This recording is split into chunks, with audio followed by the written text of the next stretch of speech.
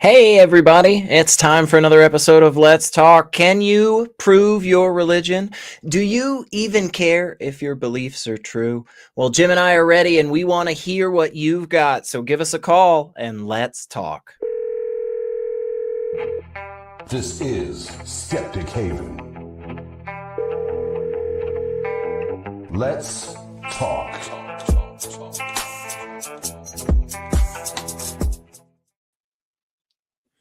It's a shame nobody gets to see my great dancing. Hey everybody, welcome to another episode of Let's Talk. It's February. It's February. Wow. February 2nd. Man, we are already 1 month down in the year 2025. And that is great because I am excited to be here. I'm hanging out with my buddy Jim Barrows. What's up, man? How much? How you doing? Not much. I am always glad to be here. We were catching up a little before the show. We haven't seen each other too much in a little bit. You've been kind of busy. I've been kind of busy, but you've been taking calls and listening to arguments and stuff for a few years now. I mean, at least like half a decade, I feel like. Yeah, about that. Yeah. Yeah. What is your favorite argument? I know this is a terrible question, but what is your favorite argument for God? I think the Kalam, simply because science has completely destroyed it. I mean, from proving that not everything has a cause, that proving that the philosophical nothing can't exist. And now we've got some quantum scientists who are reporting that they have detected negative time, time flowing backwards. So in that case, it would be effect then cause, which you can still make the argument that's cause and effect. But, the quantum realm just puts a hole in so many theist arguments that's why the Kalam is my favorite, is because it's just the easiest to point out that, not everything has a cause. Especially at the quantum level. So, and a Nobel Prize was awarded for proving that two quantumly entangled particles having opposite spin have no cause. Yeah. The quantum stuff, man, is so weird. It is so difficult to wrap your head around because so much of it does not work in the intuitive way that everything else around us does. And it's interesting to me because it seems like a lot of times the philosophers, and I love philosophy, don't get me wrong, but the philosophers and especially the apologists are not incorporating this new data, Yeah. I mean, a lot of them are doing the same thing that they did 20 years ago. Yeah. I don't have enough faith to be an atheist by Turek. Turek is giving the same speech that he gives in that book, word for word. And it's almost like they're immune from learning. I was watching a video entitled, this Oxford professor or Cambridge professor, I forget which, one of the big, UK universities, completely destroys atheism. I'm listening to it thinking, I want to hear a new argument. Yeah. And it's like, no, it's much more eloquently put than a lot of callers give. Sure. But it is the same argument that a lot of callers and apologists give, because there's not that many arguments, right? That's my problem with it. Is you'd think in the last 2,000 years we'd have more arguments than we do. You've got the cosmological, ontological argument for morals. You've got Pascal's wager, teleological, and I'm missing like one or two. So there's 7 of them at most, I think. Right. And then there's variations on this that get us into the dozens, if not hundreds. But they're all the same thing, right? The ontological, you cannot define something into existence. Yeah. Give me an ontological argument to prove to a bank I have $1 billion in my account. Right. That's my entire counter to that, right? Yeah. To the ontological argument. Give me an argument that can prove I've got $1 billion. Because if $1 billion is real and banks are real. So if you can't prove that these two real things I own, which I am also real, then how are you going to prove something we don't know that is real using the ontological argument, right? You're right. And at best, what you get is you get a story that is coherent to itself, like in the narrative. Right. It's like, okay, yeah, at the beginning of this story, this is how the character behaves. And at the end, this is also how the character behaves. That logically makes sense based on the parameters for this character. But again, like you haven't done anything to show, that the Cat in the Hat is actually a real entity in the world around us. All we've shown is that he's, whimsical all the time, Right. Exactly. The moral argument also falls to science. There's Dr. Sapolsky at Stanford has got a really, really good, it's his class. It's from 10 years ago, but it's on morals and biology. And he goes deep into the DNA and the chemicals and, this whole 9 yards of where we get morals from. And it all boils down to cooperation as a survival trait. And so among social species, you must have a certain level of cooperation. And so that means you need a certain amount of what we would call morals. And so that's where I get, when someone talks about it, I go, morals are just a label you put on an action. Two beings do the exact same thing. They both risk their lives warning the tribe of an existential threat. Right. Which one acted morally? Then I tell you that one of those beings is a meerkat warning that his tribe that there's a predator at risk to his life. The other is a human being warning his tribe that there's another tribe getting ready to attack them. Which one is acting morally? And people who make the moral argument go, the human, it's like the action is the same. Right. The consequences are the same. Right. Everything about the action is the same. The difference is you have a human versus a meerkat. Yeah. And they'll go, well, the meerkat's acting on instinct, right? Well, when we go and look at the evidence of people who do heroic things that are not first responders, I put first responders in a separate category because they make a choice to risk their lives to save other people long before the action actually happens. Sure. Right? But the average person will jump into a rushing stream to rescue a dog without thinking about it, right? That is the most common thing they say is they didn't think about it. They just did it. So they're acting on instinct in many cases. So the acting on instinct, I don't buy either. So, that falls to the ground fairly quickly. It just falls apart. The more we understand about how, social species interact, the more we realize it. I mean, even bacteria have some bacteria have ways to detect that other bacteria that they're cooperating with have cheated them. And then will react accordingly. And there's also some sophisticated feedback mechanisms to account for false positives and things like that. If that's happening at the cellular, at the single cell organism bacteria level, we would expect much more complex behaviors at the human level. And we see that, That's fascinating. I haven't heard that. That it's amazing to see how the actions that we take as humans that we oftentimes attribute, to all these grand purposes and all of this.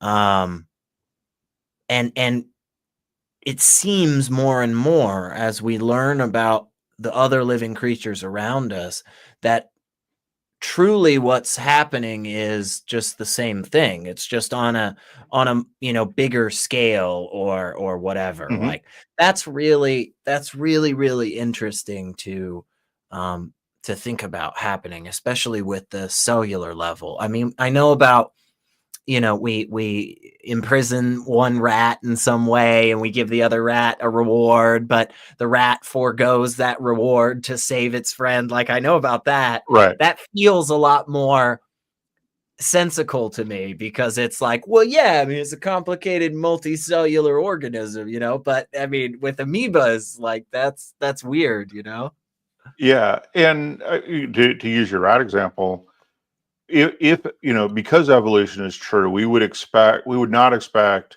all animals to have the same moral behavior. And that's exactly what we see. For instance, rats cannot be bribed to knowingly harm another rat. Whether they know the rat or not doesn't matter. It's just that it's another rat. They can't be bribed into doing that. And humans can be, of course.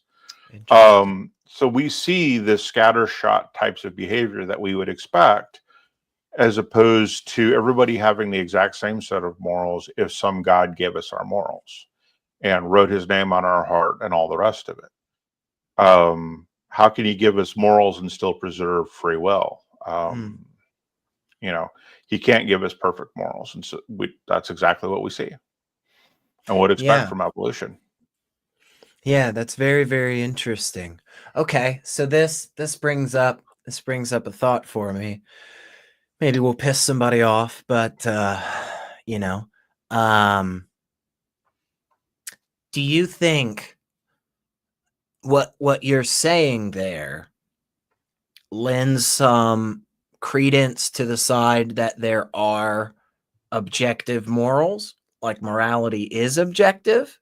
Because like what it is actually at the end of the day is the behavior of conscious creatures that are Homo sapiens, that are, like, do you see where I'm going with that? And does that make any sense? So it does. The problem I have with that is that evolution doesn't give us morals. It gives us, it influences our actions, right? And then we put a label on that. Because evolution doesn't care about labels, right? So you can't make that case until you can prove that evolution actually has some idea of what morals are. And again, when we look across the spectrum, what we see is a scattershot of different sets of morals. Even among, our cousins, chimpanzees, different chimpanzees have different sets of morals when it comes to reproduction, food sharing, and all that.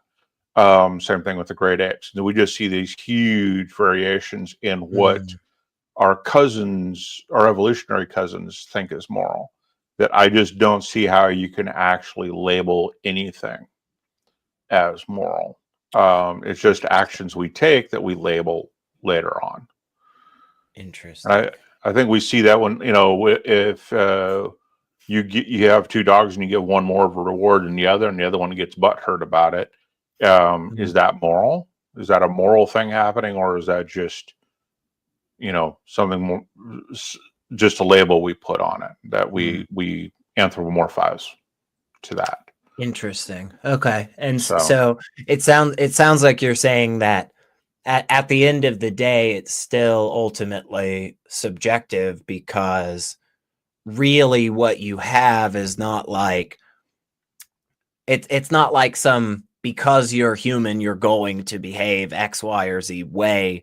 It's more that because you're a human and the evolutionary process has influenced us so much, the likelihood of you doing some of these things, and that would completely change if the evolutionary process had happened differently, and so it's still just us kind of after the fact, at post hoc, just kind of going, oh yeah, we like that, we don't like that. That's interesting. Yeah, because I don't see how it can be anything but I'm not positive why this was posted, but Born Branded. I think there is ontologically no difference between magic and God, as described in the Bible, in the Quran, in the Torah. What do you think on that, Jim? Do you think there's any I agree entirely. Substantive difference between the way we talk about those things? The supernatural is a supernatural. Yeah. Whether it's God speaking the universe into existence, which would be casting a spell, no matter how you really look at it, or any of the other things that, miracles and stuff like that. That's all supernatural. So Yeah. if God exists, then the rest of the supernatural would also exist at some level, which brings up the existence of one God exists. Why not all the pantheons existing? Right. What is the criteria about this specific version of magic that is correct and real as opposed to all the other versions? Like, yeah. So I don't know. Maybe Born Branded will call us and tell should us. call in. So yeah, we got open lines. So, but until then, we'll just kind of keep talking. Born Brandon, you're hearing a discussion between the two of us because there are no callers at the moment. So yeah, please give us something to talk about. Yeah, call in. We're here for it. You can call and talk about just about anything. So we'll be kind. Yeah. What are prayers if not magical incantations to get what you want from the vending machine that is God? Yeah, and miracles. I mean, right? I mean, what's the, what is the difference between the two?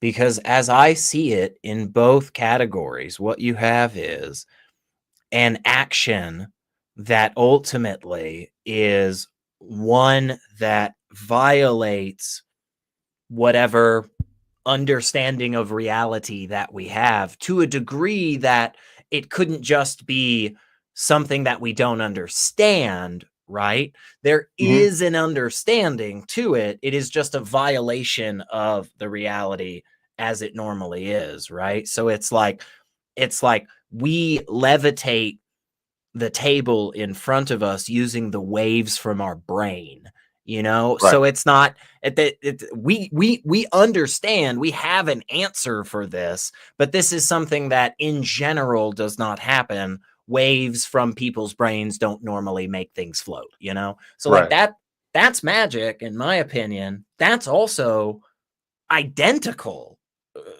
as far as I've ever understood when it comes to things like the supernatural, divinity, all that stuff. I don't know what the difference is. So yeah, and the supernatural existing raises more questions than it actually answers. Why is it so hard to detect? Yeah, very good question. So James Randi's had his $1 million for what, 20 years? You can win $1 million by proving the supernatural. Yeah. Johnny Carson on his show was, pretty infamous for bringing psychics and other supernatural claims onto his show and then debunking them on TV. And ridiculing them and making fun of them. He did the mind reading thing that he did as a skit on his show all the time. Right. So you've got opportunities to prove it. Yeah, and I think it's, again, this is something that lately I've said more and more, which is this idea that I actually don't think I think it can be shown to people's own criteria that their arguments don't hold up in these spaces. I really do, because when you have this conversation, if we started a conversation with any of our callers ever, Jim, right? We just walked up to him one day on the street and was just like, "Hey man, let me tell you this story. It's super wild, but like aliens came down yesterday, just dropped down from a spaceship, walked right up to me, pulled a dog out of their stomach, said, 'Here's a schnauzer.' I said, 'I can't have pets at my apartment.' They said, 'Oh, no worries,' and then just exploded it right in front of me with a nuclear explosion that was self-contained, and then just disappeared. Everybody would, no, not a fucking person would believe us. Nobody would believe. Everybody would be like, that's wild. That's wild, man. That doesn't make any sense, And that's good that we are skeptical about those things, because otherwise we just freaking believe everything. We just believe everything that we come across, Yeah. But hey, we got a couple of calls, man. So I'll just shut up and we'll just take those. That's what we're here for. So we are gonna talk with Allison and Miles. Hey, what is up? You're on the show with Jim Barrows and Secular Rarity.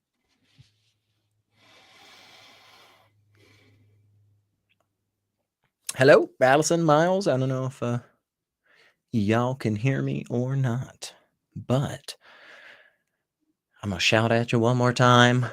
Maybe you're talking. Yeah. Allison, Miles, can you hear us? Hello? Hey, there we are. Hey, there we go. I can hear you. So, yeah. So anyways, I was saying I have a condition called DID. Dissociative identity disorder. There is this whole other person whose name is Miles. And Miles has a slightly different take on religion. He was an atheist up until the American election. And then for him, that was a sign from God. Pretty weird sign from God, but okay. I've always been pretty spiritual.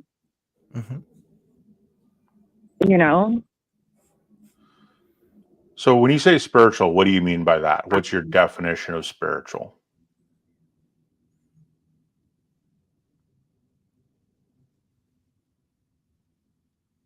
I mean that I see God everywhere. Right? Like, what does that mean? You see God everywhere. You've given us the thing you have to define. Yeah. No, I totally understand that.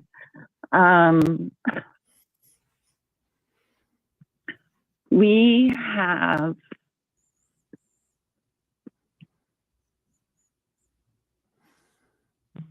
we've been diagnosed with a psychotic condition.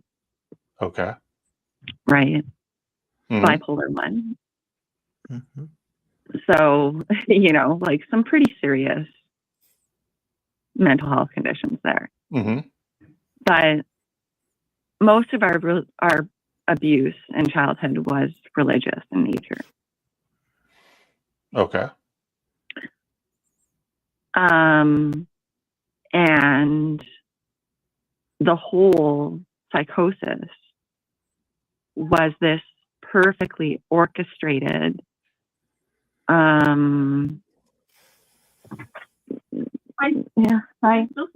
No, it's not. But anyways, it was like this perfectly orchestrated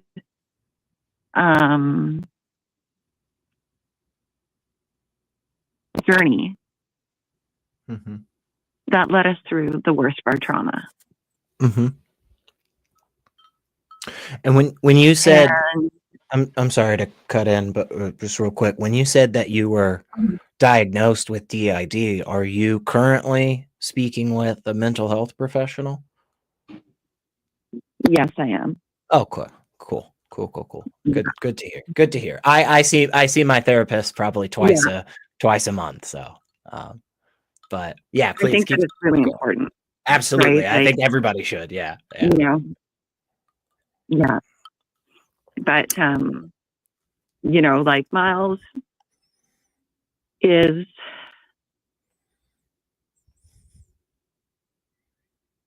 this is gonna sound crazy, but if you keep in mind our history,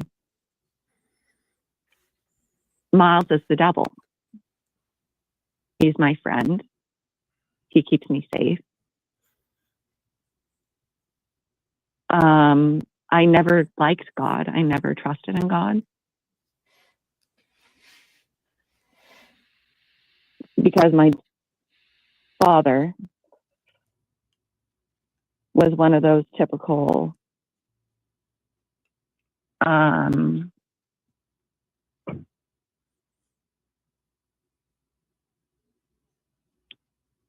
Evangelical abusers? He was a Pentecostal.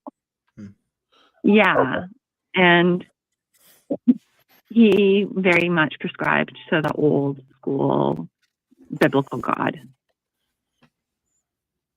Spare the rod. And I just said, if there is a God, God's not like that. Right. Right. Like, even at a very, very young age, I called bullshit. Right. I mean, it's hard to believe that there's an omnibenevolent, omnipotent, omniscient God and have what happened to you happen, right? Because any reasonable person who knew what was going on would have intervened and had the power to do so. So, Yeah, exactly. Right. And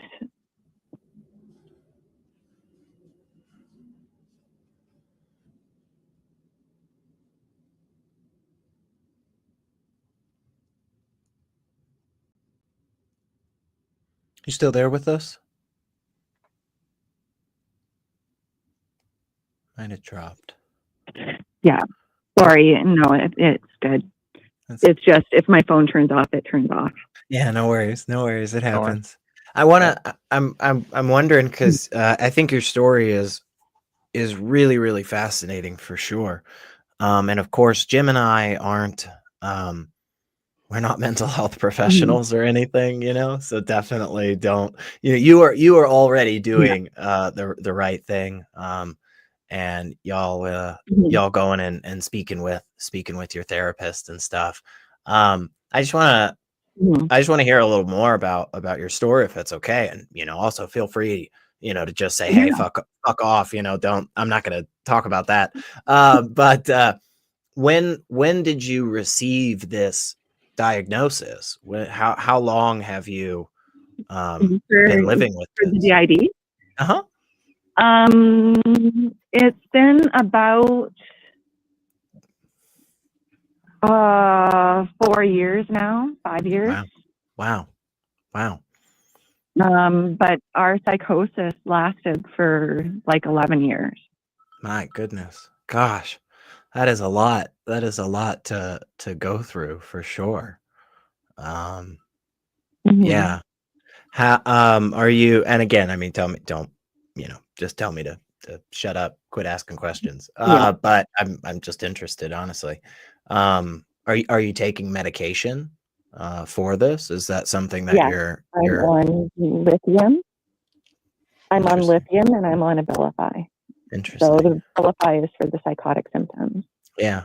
What? Pretty much what ended up happening is Miles threatened to set fire to the house during a psychotic break. Yeah. And that made it so that we had to go in and get our prescription through a shot every month. Right. So, yeah. I'm surprised that he's not popping up. Well, you said that, I don't think you completely answered the question. You kind of started to, that you see God everywhere. And then you said that there was a perfect, I'm paraphrasing you here, so I may be wrong, a perfect orchestration of getting you out of that situation. Yeah. Okay. Yeah. So how was it perfect? I spoke to God on more than one occasion during that psychosis. Okay. And it wasn't like this grand showy thing. It was just a guy sitting on my porch talking to me. Okay. Right? Like, and,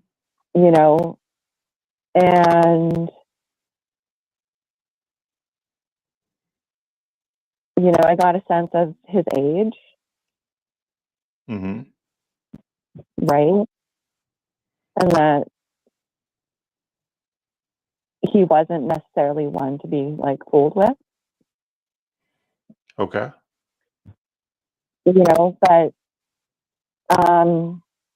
I think that that's just an archetype, right? Like that's not actually reflecting the actual God that I think exists, which is like, it doesn't have a sentience. It doesn't have the capacity to intervene. It's just a being that exists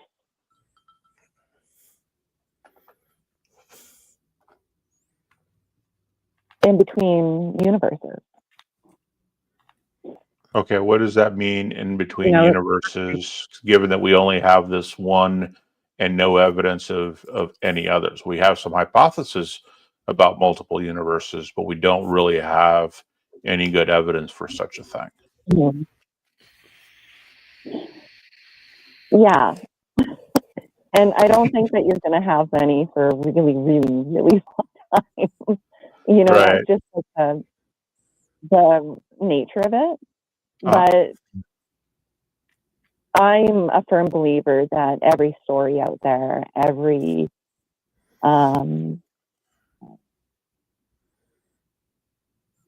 speculation that we have about God, like all our stories, all our imaginings,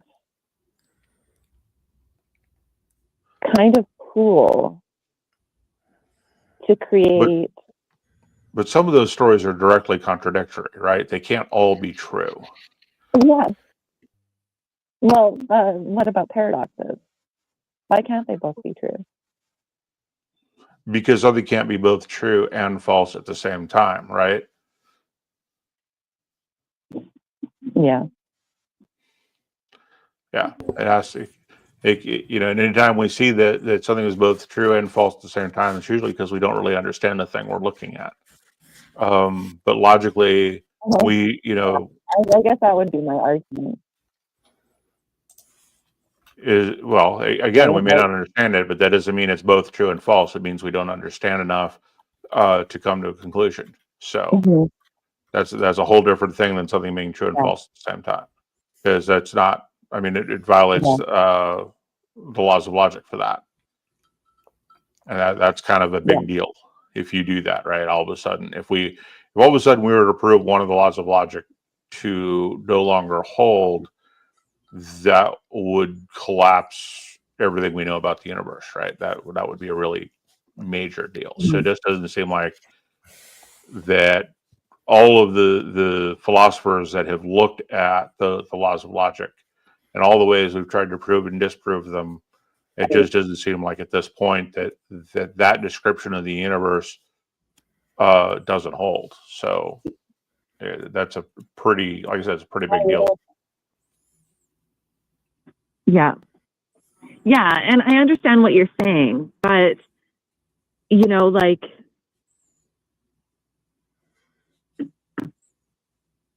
I guess I kind of live in topsy-turvy land a lot of the time, right? Like, like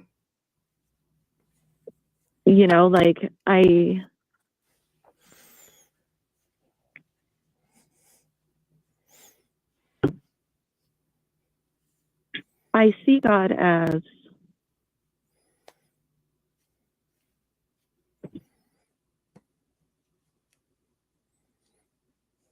dangerous and benign at the same time, right? Like, I don't see how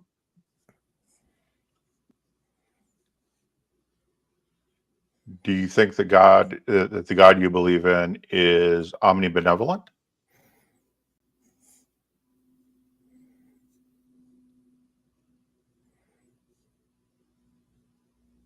Okay. So it's Miles right now, but I don't know how much time you have to kill. I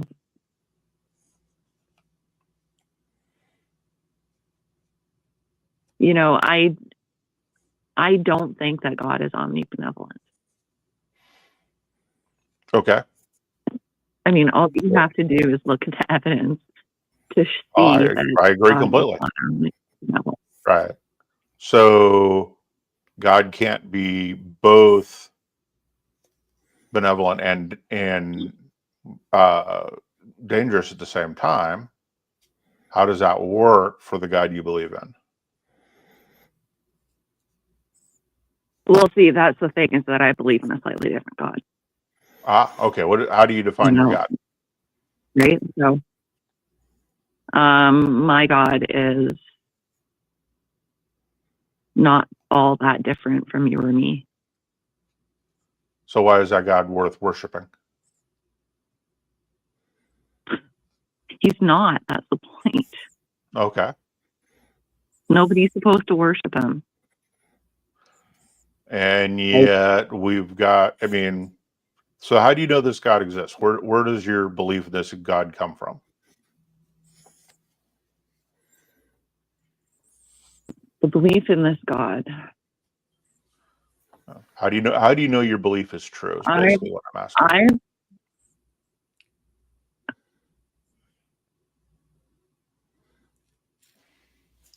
When I was 2, right, I was sitting in our kitchen. My mom was making dinner or lunch or something, and my dad was sitting at the table with my 2 older sisters talking about God. And clear as a bell, I remember looking at him and thinking, "You're a fucking hypocrite." Okay. And like, I didn't know the words. I didn't know what it meant, but I knew that he was a hypocrite. Okay. But that doesn't explain why you believe in God, right? Your dad being a hypocrite doesn't really explain how you get to a belief in your God. Yeah. Well, again, one of my earliest memories is having my dad read the Bible to me. Reading the Bible is a common path to atheism. Yes. Well, I was like, if this is what God is like, fuck it. I'm going to be the bad guy. Okay. But that doesn't, you still aren't explaining how you get to a belief in God, in your God. Because the God of the Bible is the omnipotent, pardon? I guess I've always believed in God. I just always believed that I was his opponent. But okay. So you don't have, what are your reasons for believing in the God? Always believing in this God doesn't help. What is the logical progression of evidence that your God actually exists?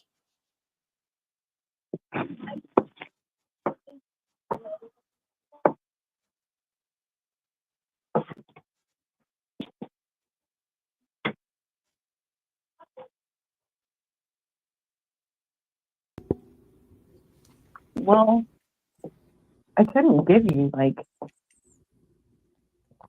I can give you my own experience, right? Like, I can give you my own, I can share with you my own experience. But, like, as far as, like, me convincing you that there's a God.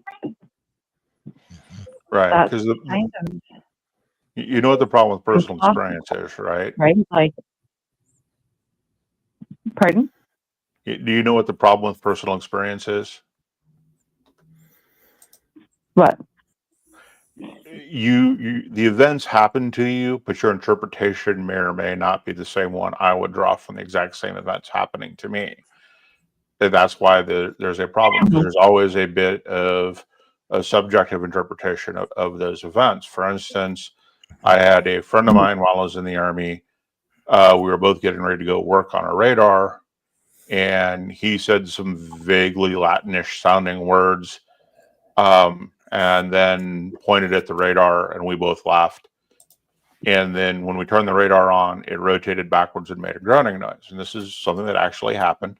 And we both turned it off really quick, looked at each other, turned it back on, and it rotated normally. We turned it back on after investigating a number of different possibilities. And we could find no reason for it to have done that. And so my friend interprets that event as he summoned a demon somehow and infested the radar temporarily. And I just put it up to sometimes electronics are weird. Those are two personal events, two people interpreting them very differently. Which one of us is right depends, right? Depends on what you assume about the world. Yeah.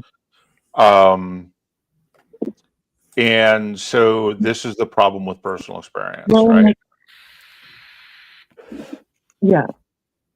And I think that's something to bear in mind, right?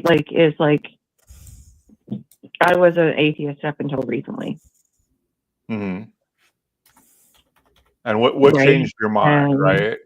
Well, so you said that you became an atheist. You're an atheist until recently, and then you also said that you'd always believed in God. I don't understand those two statements together.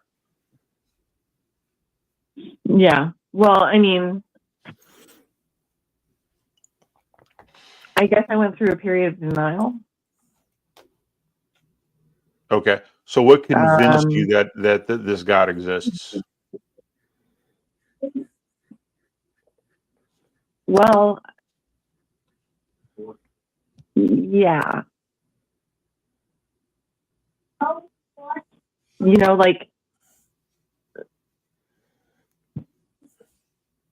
I don't know what I'm trying to say. Okay. You're doing fine, honestly. Yeah, you really are. So these are hard questions. If you haven't actually thought about them before, then they could be quite difficult. But these are the kinds of questions that a good skeptic always asks: is okay, what led me to this belief? Why do I accept this as true? And when it comes to personal experience, especially, is looking at that and going, is this just my interpretation, or is this actually what happened?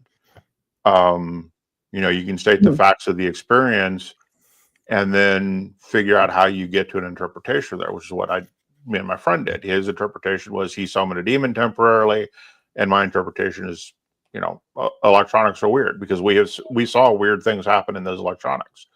There was a section of radio waveguide that mathematically isn't supposed to work, and yet it does. I think they've figured out the math since then. But it's difficult enough if you start to just think about why you believe certain things, much less your own interpretations of those events. So you're doing a good job, and this is hard enough when you don't have some of the issues that either you or Allison have mentioned.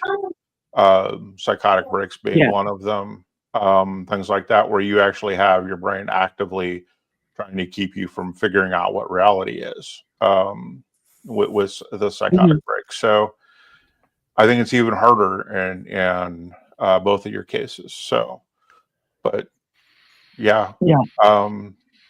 If you actually have an answer to the question, what leads you to your belief, I would say definitely give us a call back.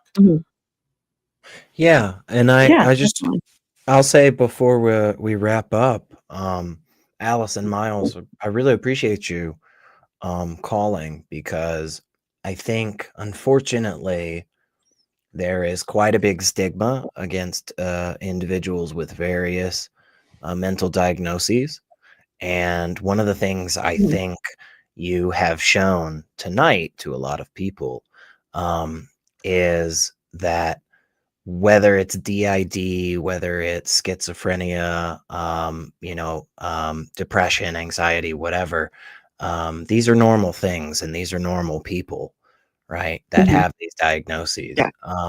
So I think that's really awesome that you gave us a call tonight. And yeah, just like Jim said, look into some of that a bit more. Give us a call back, kind of let us know what just check in with us every so often, because we like to hear from people with different opinions. So we really appreciate you. Yep. Okay, thanks a lot. Awesome. Thanks so much. We will get moving along, and we'll talk to some other people, because we got a couple of calls. I will say though, real quick, just because I see some folks out there, and I got to be honest, if you're here, and you're just tip tapping, away in the chat and not calling us, I don't know. Okay, I can't see your heart, but God can, and I would hate, this is the thing, I would hate for any of our believing friends out there to have to stand in front of St. Peter at the pearly gates on Judgment Day and have to watch this moment as they were afraid to defend their faith. I don't know, but my understanding of God is that he would not be pleased with that. So avoid eternal damnation, and call us. Is that too much? Was that too heavy-handed right there at the end? There's always the quote from 2 Peter, right? Yeah, that's right. Have it ready. Oh well, we'll see. We do have a couple of calls, and we are taking more if you guys are wanting to call in. So we are going to talk with John from Canada. Him wants to talk about intelligent design. Well, that is a good topic, John. You're chatting with Jim and SR. What's up? When I look at the world, I see God's design, and it's obvious that He made it, because this world could not happen by itself, and this world is full of design. Okay. So how do you determine if something is designed or not? What's your objective procedure for doing that? That's a good question. Oh, geometry, for instance. The mountains are perfectly designed. What do you mean the mountains are perfectly designed? And with geometry, I don't. Yeah. What does that mean? Yeah. It means that it's like a perfect peak. That's one. What is a perfect peak? But it's all like, okay. How do you explain the fact that you have like the Himalayas, a row of mountains? Plate tectonics. Yeah, because 2 large pieces of earth smash into each other. Are you saying that mountains are at a perfect angle? That every single mountain is at a perfect angle? Yes. Okay, well, what is that perfect? Yeah, that's just so obviously not true. All mountains are fairly jagged. They're not straight lines, like Mount Fuji, for instance, right? That iconic picture, where it's just perfect, pristine day, and you can see, and it looks like it's this beautiful, perfect slope. Like, it is not a straight line, man. But yeah, on top of that, let's just say that they all are.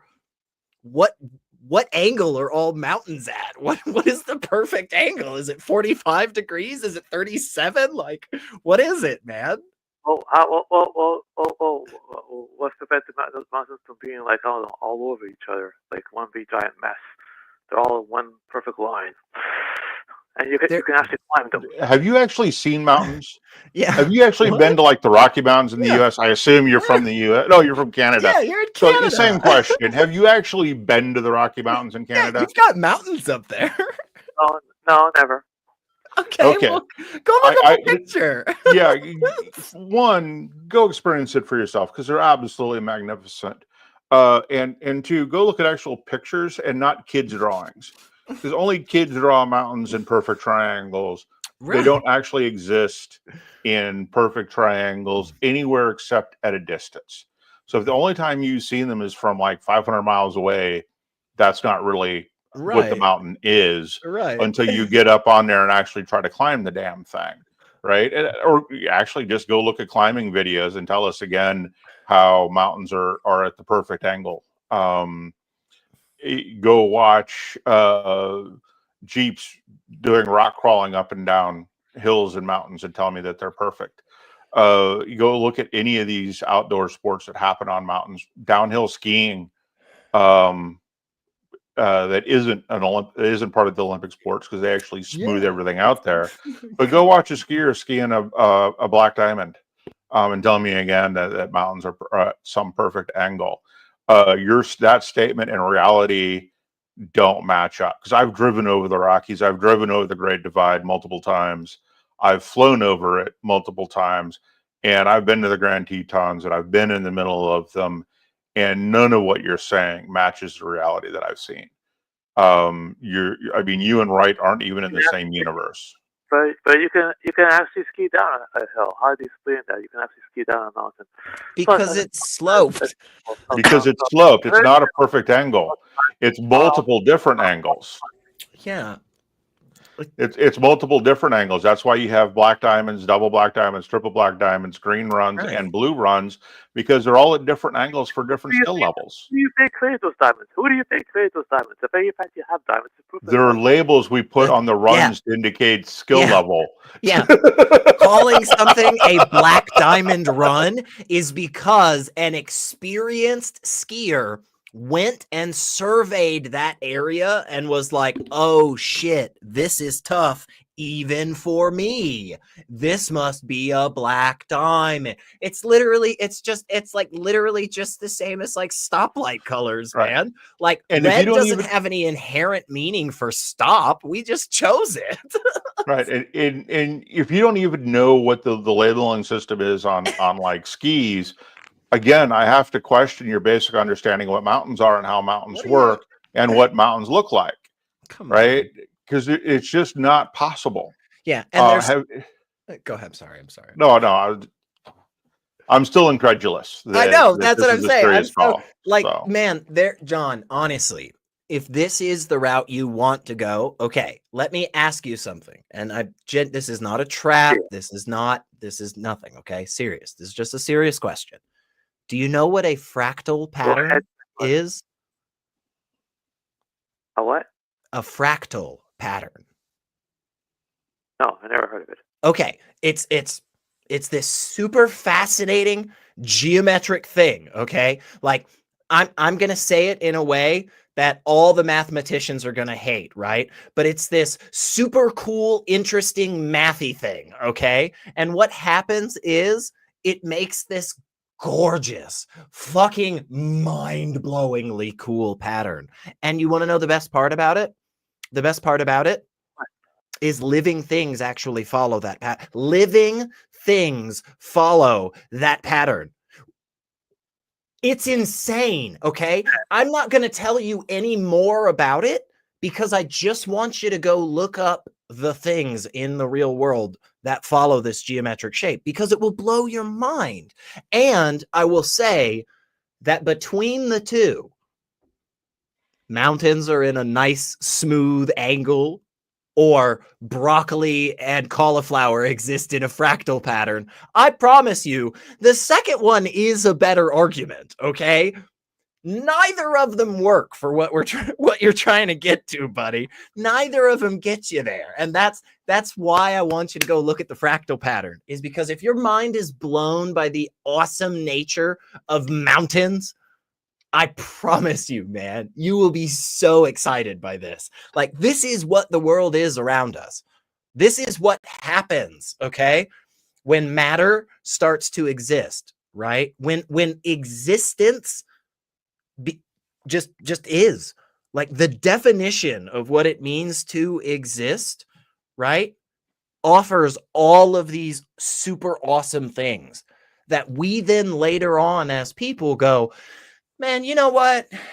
that kind of looks like that thing Bill built the other day. You remember that thing, William, he's a great guy. Most of us call him Bill, but he put all that shit together, right? In the middle of town. That kind of looks like it out there.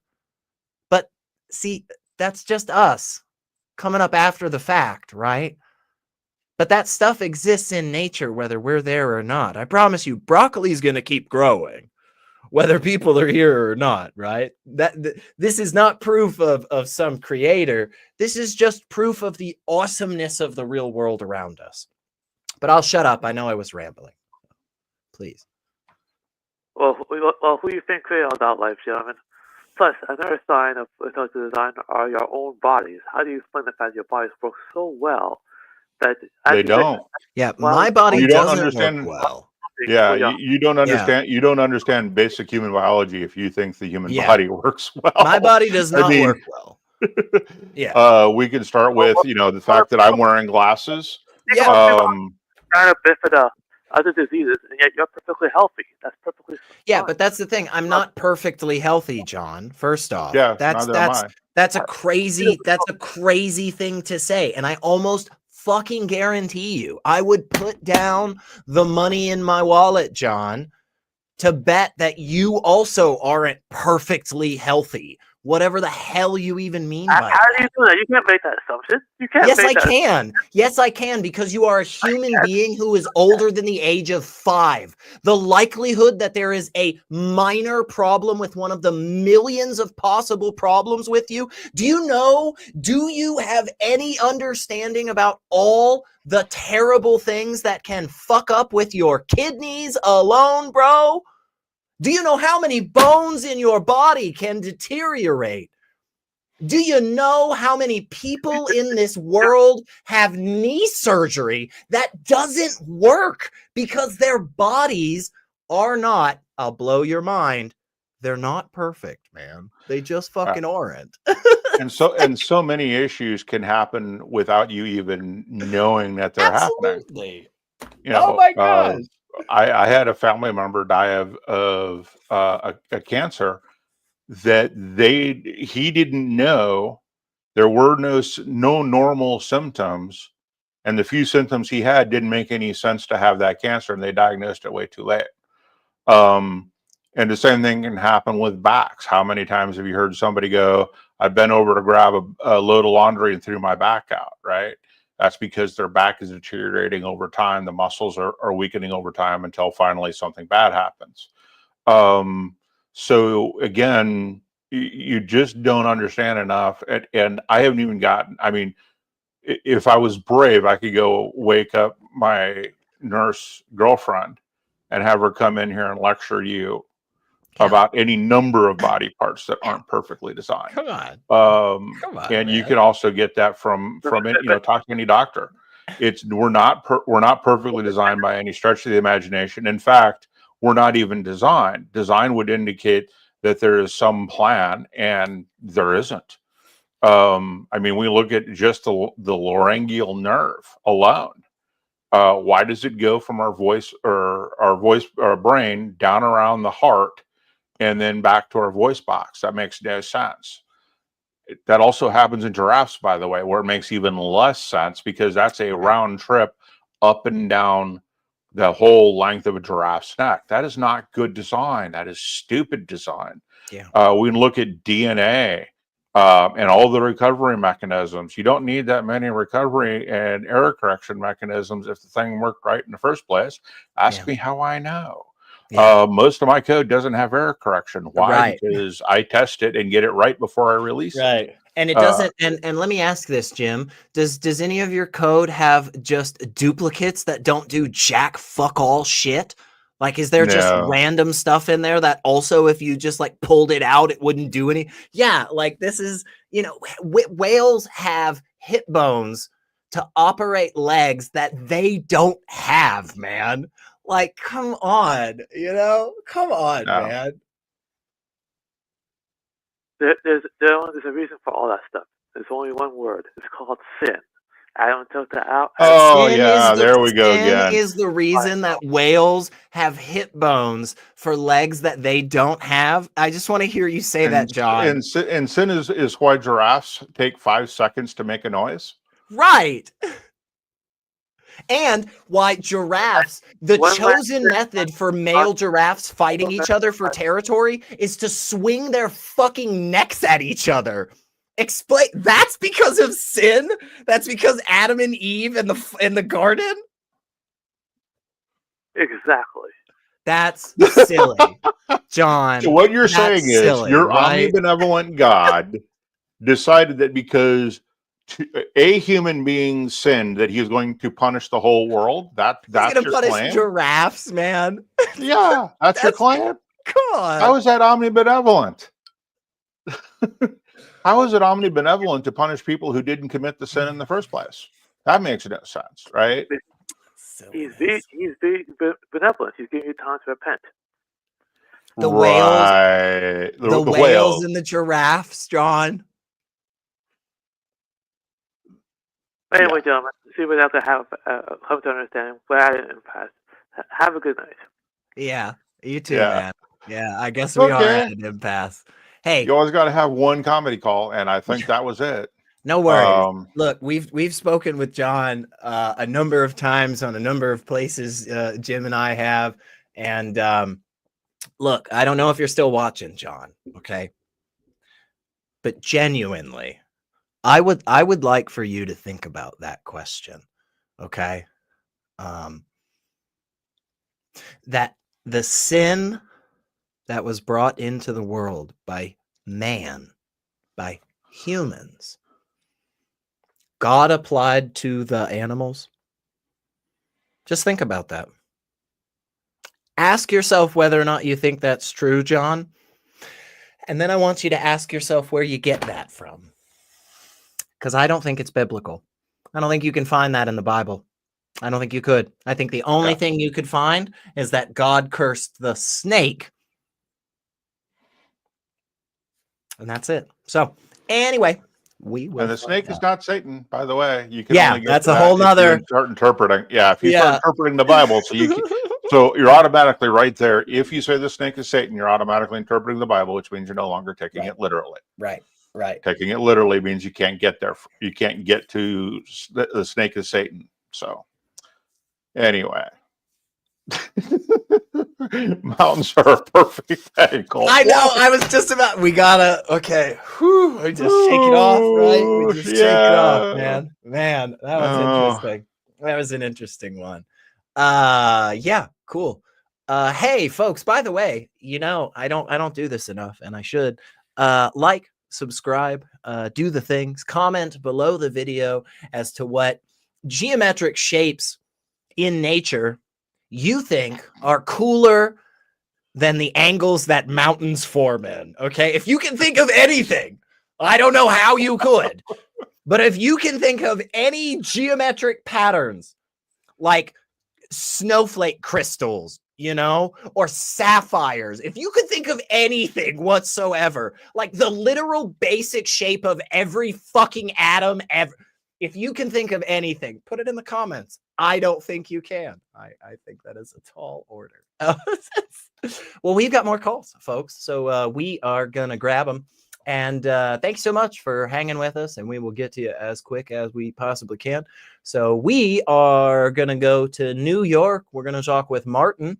Him wants to talk about the problem of evil and ethics. So, hey, Martin, you're chatting with Secular Rarity and Jim Barrows. What you got for us? Hey, what's up, fellas? Yeah, I was asked to give a topic, but I'm open to discuss anything. And if you want to talk about those topics, that's fine.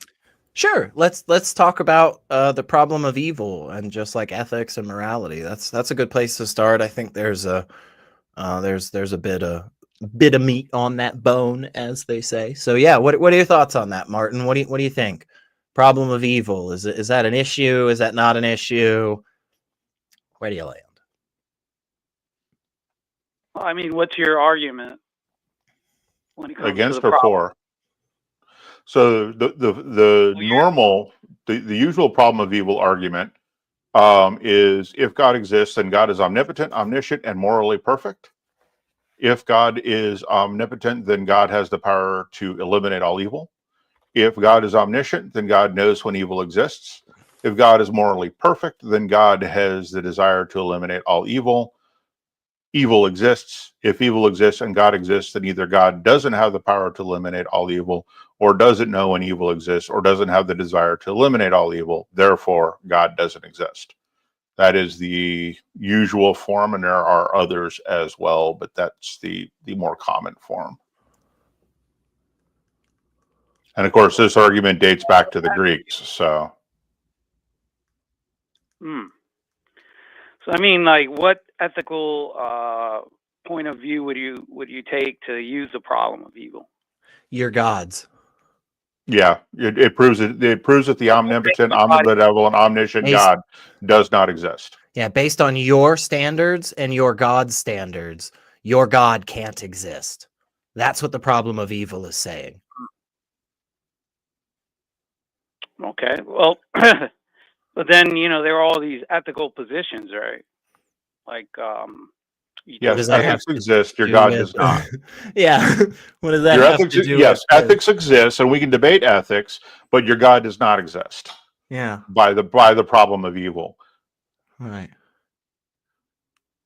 Yeah, well, I mean, because we would have to define evil, right? So, no. However you want to define evil for this argument is entirely up to you. It still works no matter what your definition of evil is. Right. That's the point of the problem of evil, is it's called an internal critique.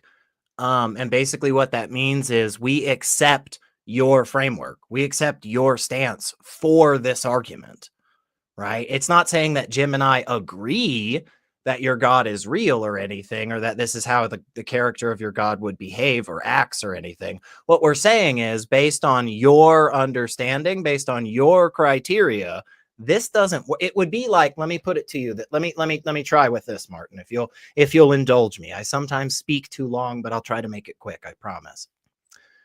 I oftentimes wash my dishes by hand. I've done this for a long time in my life. I have a perfectly functioning dishwasher. Honestly, I'm not 100% positive why I don't just use it, but I wash my dishes by hand a lot. Somebody once asked me, they said, "Hey man, why do you do that? Why don't you just use the dishwasher?" And I said to them, Martin, well, washing dishes by hand uses less water. And they said, "Oh, well, if that's your criteria, let me show you this." And then they showed up this really cool study that indicates that since about, the 2010s, the way that automatic dishwashers work, the amount of water that they use on average versus the amount of water used on average in hand washing dishes, that actually the automatic dishwasher uses less water. So based on my criteria, I shouldn't be washing my dishes by hand. Does that make sense compared to what we're saying here with the problem of evil and your God? Yeah, except like evil. What do we mean by evil? Whatever your God means. Whatever you want to mean by evil. Mm-hmm. It doesn't matter. Yeah. What do you mean when you say that, Martin? I mean, well, I'm a Catholic, so whatever the church teaches is considered evil. Do you know what the church teaches? Yeah, I'm a Catholic. So what is the Catholic Church's teaching on evil?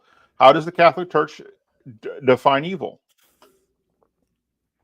Well, anything that violates God's law, right? So okay, just to pick one, say deprivation. To cite a specific one, murder. Mm-hmm. Okay, murder is the unlawful killing of another human being. Is that what you think, Martin? Yeah, murder. You think God has ever murdered anybody? No, If God did murder somebody, do you think that that would be something that makes God evil, thus violating God's all good nature? If I could show that to you. I'm not saying I can, I'm just saying if we could. Well, I don't think any moral laws would apply to God. Why not? Well, because they're designed for people. Right. So you believe in divine command theory. So your divine command theorist when it comes to morals. Is that correct? Yes. If God said murder was good, would murder be good in your eyes? Yes. That sounds terrible, Martin. That sounds like a horrible thing to believe, man. Right. So a number of years ago, a mother killed both of her children because God told her to. Was that good or evil? Well, how do you know God told her to? That's what she says. Yeah. We're taking her at her word just like we're taking you at your word, Martin. So I don't know. Well, that's kind of a straw man. I didn't say that, I believe God tells people to kill. You asked me. Do you believe God speaks to you, Martin? Do you believe God talks to you or shows himself in your life in any way whatsoever? Oh, I guess we're going off topic. Not really. I'll bring it right back. I'll bring it right back. I mean, Martin, simple question. As a believer, as a Catholic. You're talking about ethics, right? No, I'm asking you, do you think God shows up in your life in some way? Do you think God presents himself to you in your life in some way, shape, or form? Whether that's through hearing him or seeing him. God shows up in everyone's life. Everything. Absolutely. I think God showed up in this woman's life and unfortunately told her to drown her children. How do we know which one of us is correct here? Well, you're just making an ad hoc argument, right? Like you don't actually believe. No, we're basing this on a real event that happened. Yes. Where a woman claimed that God told her to kill her children. Well, I happen to know that, like the lady who called at the beginning, there are many people out there who are psychotic and hear voices. You now need to prove that this woman was psychotic. You can't just make that claim. Yeah. And remember, the only claims we're making are the claims that she made, that God talked to her and God told her to kill her children. We're not saying that those things that happened because we don't believe in God. Right. You do. It's on you to either prove that she wasn't hearing God, or to tell us why that was moral. And if you believe in divine command theory, then it's moral because God commanded it. Yeah. Well, this seems to me like you're not adhering to atheist attachment to empiricism when it comes to this woman. You're just saying that I'm giving both of you the exact same level of skepticism, Martin. I am using the exact same criteria. The problem is that unfortunately what we have is two people coming to radically opposite conclusions using the same methodology. And that's why I'm saying I believe both of you. I think both of you absolutely had these experiences. What two people are you talking about? Well, I'm talking about what? Yeah, I'm talking about you, who says, "Well, I've had God show up in my life, and God would never tell anybody to murder their children." And then this lady, who's also had God show up in her life, but told her to murder her children. I didn't say God talks to me. I didn't say God talks to me. Does God show up in your life in any detectable way whatsoever, Martin? Does God show up in your life at all? Look, if we look at psychiatry, there are people who have auditory hallucinations, right? I mean, sure, exactly. Now, can you prove that this woman was not talking to God? Well, I can look at it. I can form a hypothesis that she's probably insane and test that. So was Abraham insane when God told him to sacrifice his son? Well, if you look at the account. We're not going to the end of the account, because Abraham didn't know how that was going to end. What about God Jephthah? told Abraham? What about Jephthah? Was Jephthah hearing auditory hallucinations? I mean, Abraham, Jephthah, we can keep going, but let's just what about him? What happened? What happened there? Well, we believe in the revealed text if we're Christians, and so we just accept. Are you familiar with the story of the Jephthah? Yeah, do you know what happened with Jephthah, man? Go ahead. Okay, so Jephthah's. Go ahead, SR. No, it's so quick, man. Basically, Jephthah's in that period of the Bible that's about the Israelites conquering and fighting a lot of battles. And Jephthah is in the middle of this very difficult battle. And he basically says to God, look, God, I'm going to make a deal with you, homie. If you help us out and we win this battle, the first thing that comes out of my house to greet me when I get home, I will sacrifice to you, oh Yahweh.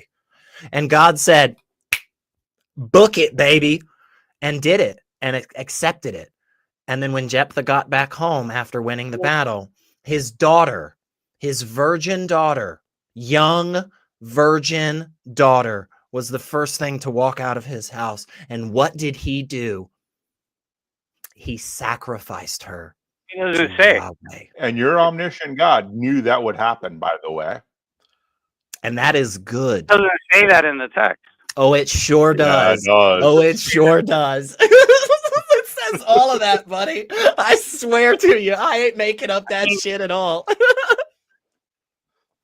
So, I mean, all of this is basically your subjective, I don't know, your ethical viewpoint, but I can use your You God's haven't answered the ethics. question. That's the point, man. Yeah, you haven't answered the question.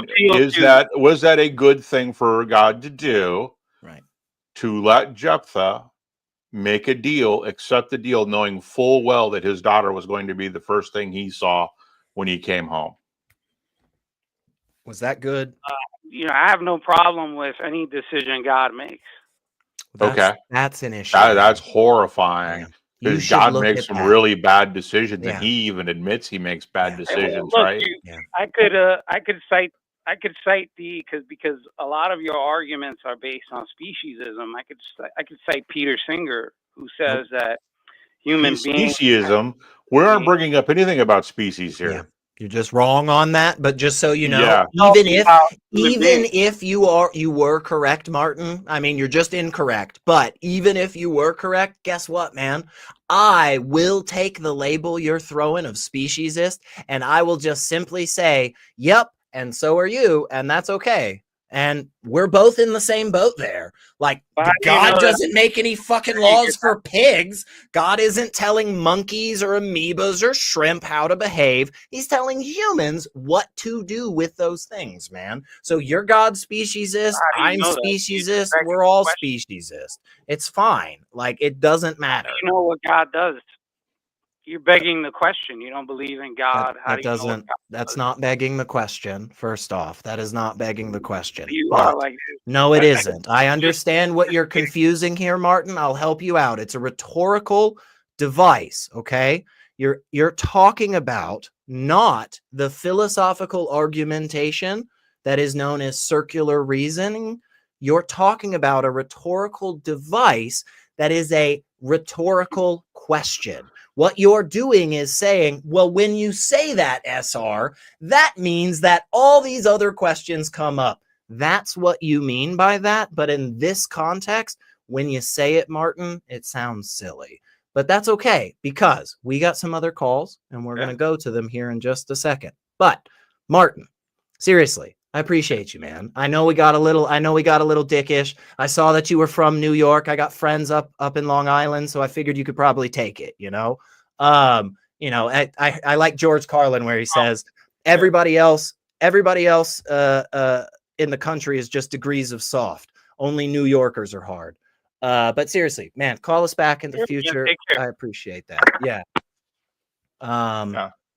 And also, he hung up, but in case he's still listening, remember, we're examining this from your point of view, not ours. And that's how, that's why it's not making any sense to you.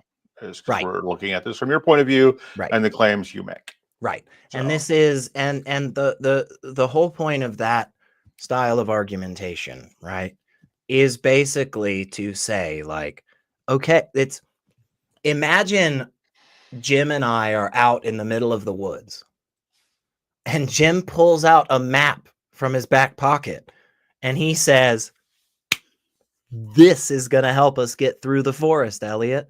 And I go, "Okay, yeah, let's follow it."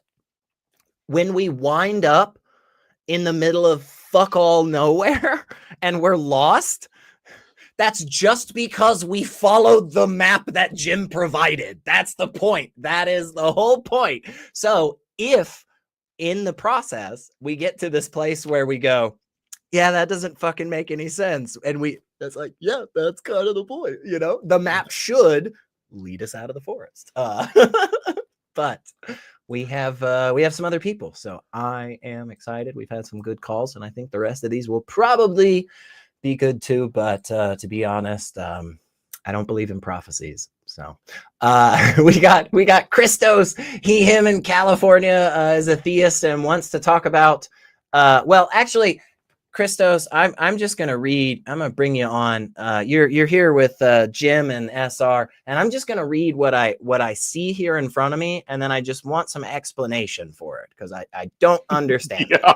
So what I've got in front of me, Christos, is morality is more based in reality than actual existence. So help me out with that. What does that mean, man? Okay, so we could go into the conversation. I was, waiting in line and listening to everything was going on, and I was debating you and the theist you were just talking to because it was a beautiful situation, and it's like, for me, I see the problem. So when I say that morality is based more in reality, I mean that's how we operate as humans.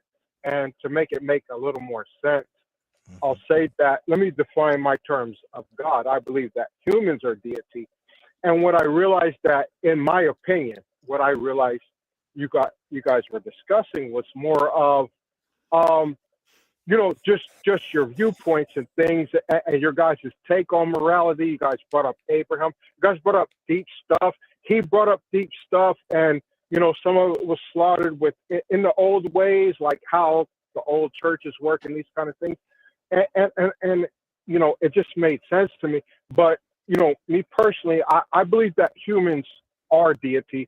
And so whatever we come up with is what is going on. So when we get back into the Abraham slaughtering his son was something a man had to do at a certain time. And, it's not something just that...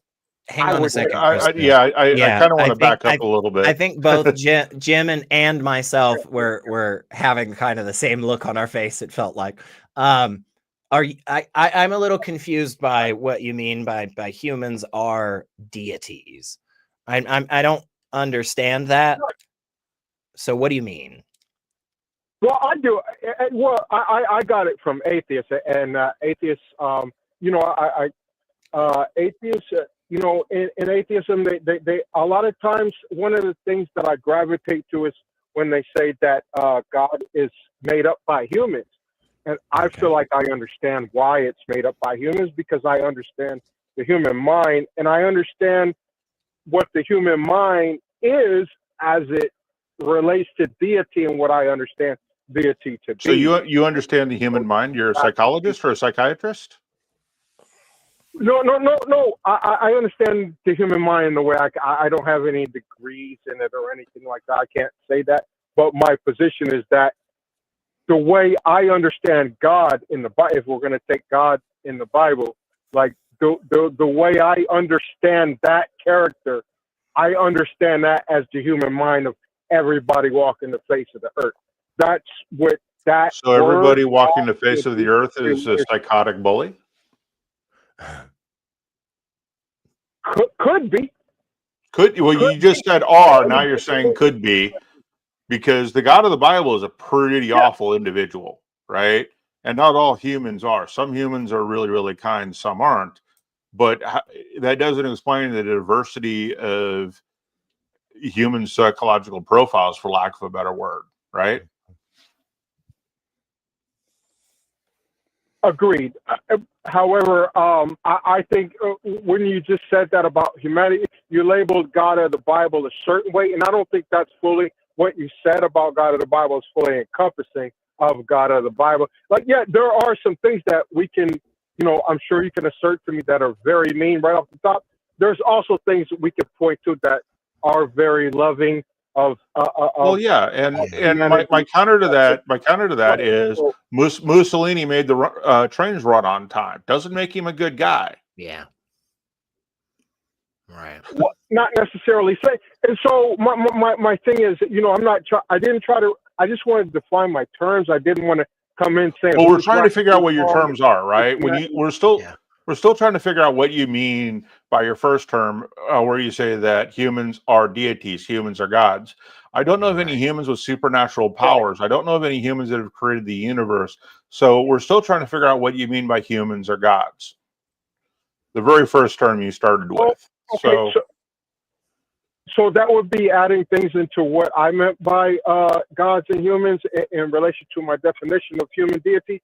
And I don't believe in supernatural powers. I think that good and bad are both human powers. And I take everything for me comes all the way back to humans. So how are you defining deity? Because now we need to figure out what you mean by deity, because deity, the word implies that a divine status, quality, or nature, reading from the Oxford Languages Dictionary here, or a god or goddess, which should also indicate the supernatural. Now you're saying that this deity that humans are isn't supernatural. So how are you defining deity? Yeah.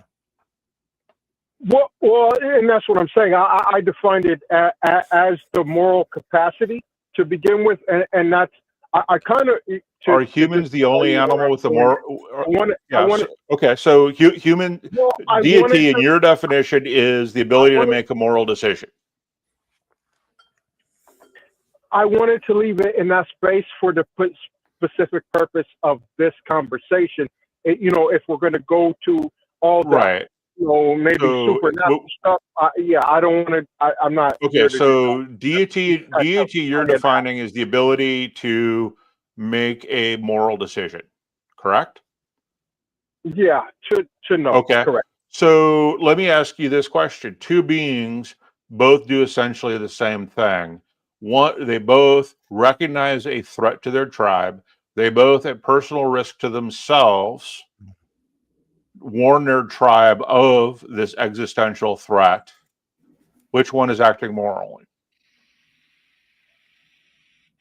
Can you repeat the last part one more time, please? Two beings both do the exact same thing. They both recognize an existential threat to their tribe, and that if they warn their tribe, they risk their own lives, and they warn their tribe of the existential threat anyway. Which one of those beings is acting morally? Both of them. Okay, so now one of those is a meerkat warning his tribe that there's a predator at risk to his life, and the other one is a human being who is letting his tribe know that there's an enemy tribe sneaking up on them. Which one is now acting morally? Both of them, in my opinion. Both of them. So meerkats can act. Meerkats can make moral choices. I believe that there are animals involved in it. I'm a theist. My name is. Yeah, I believe that. Yeah. So meerkats are moral actors. Here to talk about meerkats, but. Well, we're talking about morals, and you said it's the capacity to make a moral decision, and so I'm trying to figure out who you're including in that case. So, by your definition, meerkats are also deities. Well, in terms of morality, where I wanted to go was that God is morality and tie human deity into that, specifically human deity. But I mean, if we go meerkats, even dogs, we can go other types of animals. So all social beings that make moral decisions are deities. In my opinion, yes. Okay, so let me jump in. Let me jump in for a second here. Okay. Christos,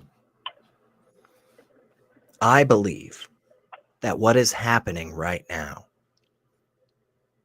is a desire to explain things in a poetic nature. I think this is something that is very core to being human and oftentimes can be quite beautiful and illuminating, right? But is metaphorical at best, not literal. I think it's okay that we speak and think about things in this way, but I think, for instance, right here, what Jim has just done very beautifully, I think, by the way, what Jim has just done is demonstrated a little bit of the silliness here that's going on, Christos. And I like silliness. I think silliness is great, by the way, okay?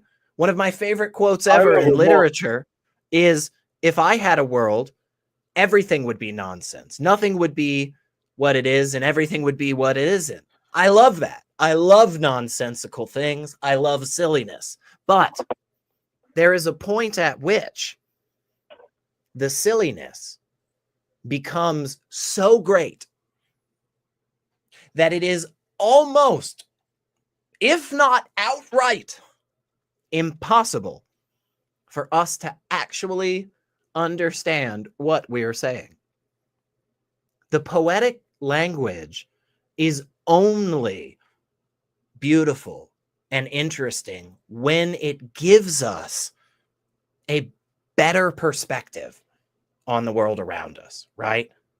To say that your friend ran like a gazelle only works because it helps us understand that that dude was fast as fuck and god-awful graceful when he did it. You know? If none of the words really seem to apply to anything in particular, and all of these categories are just so absolute unbounded that they all kind of blend together, it doesn't really help us, man. Does anything that I said make any sense whatsoever, Christos? It is okay if you were just like, no, honestly, SR, you're a rambling lunatic. Please shut up. But did anything I say there made any sense? Well, if I may respond, and please. Thank you for allowing me to talk. The thing is, in everything that you just explained, nothing you said had to do with morality. You talked about speed. Okay. You talked about running and things, and you brought everything into being funny and maybe nonsensical. But I think among humans, morality is the most sensical and most empirical thing among humans, and regardless of what they think, atheists or theists, or regardless. It's empirical? How do you measure morality? How do you measure morality? Well, you just said morality is empirical. How do you measure it? To humans. Well, my thing is, in the world of humans... To humans doesn't answer the question. It's not necessarily... Well, no, it's not my specific duty to answer like what all humans should think about it. But what I'm saying is where that specific part of, because what I brought up was I think that morality is human deity. And the thing is, I think that that's the most important. And so that thing can't be placed in the category of, maybe a laughing stock. Well, so one, you misinterpreted what SR was saying. He was saying your use of the word deity is poetic and not necessarily. Yeah, that part's cool, but yeah. Got it. And the rest of it was an example of how he likes poetic language and how poetic language gets used. Right. So you're using it poetically, and here's my problem with using words. Pardon? I also think that humans are we're very poetic creatures. We have. I'll agree with that. So I'm not going to. But if it's poet. So my problem with you using the word deity for moral capacity is that you're redefining a word for no good reason, other than poetry, and to make it sound better. And I'm not going to go with that. If you want to say humans have moral capacity, I will agree with you. We have the capacity to perform actions that we will label as moral. The problem comes in is then when you say, well, meerkats also do this, when I point out an animal that will do things that we will label moral. My other problem with it is which species is more moral. Rats have been shown in laboratory experiments to not knowingly cause another rat harm, no matter what the reward is. Yep. Humans are, of course, less moral than that. We will do it if someone tells us to in authority, much less being rewarded for it. So how do you explain this difference in moral capacity in this one set of behavior causing harm to another member of your species, that rats are more moral than humans? How does that fit into what you're doing or what you're thinking? That's a great question. And so to begin it off, there's a lot of aspects of us humans in nature, that being the rest of the life on the planet. Number two, I would say that I understand the only purpose, my main purpose of bringing the word deity into this conversation is because I know that there are atheists and theists. However, if we go back into mice, rats, or whatever we said, if we take atheism and theism and maybe split them into different categories, both are moral creatures. And I'm looking for maybe a place to have a discourse and discussion that isn't necessarily what maybe someone doesn't believe to, I don't know, what do you call it? Mousetrap? So you want to have a place to have a discussion about ethics without referring to a God? Well, so the thing is, okay, here's my position on the Bible, if I'm allowed to say this. My whole position, it's all talking about human emotions. We could say, okay, there's a person called God and he's a bad guy. Some people say, oh, he's the most righteous. Okay, great, fine. I'm not. The thing is, it's all human emotions, it's human thoughts. If you want to genocide somebody, if you don't think it's right to genocide somebody, that's all human. You know what I mean? That's not anything. So are you an atheist or a theist? Not. Yeah, it kind of sounds like. Are you an atheist or a theist? Yeah. I'm a Christian. So you're a theist, you're a Christian, and you believe that God is true, and you're a Christian, so you believe the God of the Bible is true. Yeah. So how is the Bible all human emotions and proves that God exists? Right. So proof of God existence for me is not required. So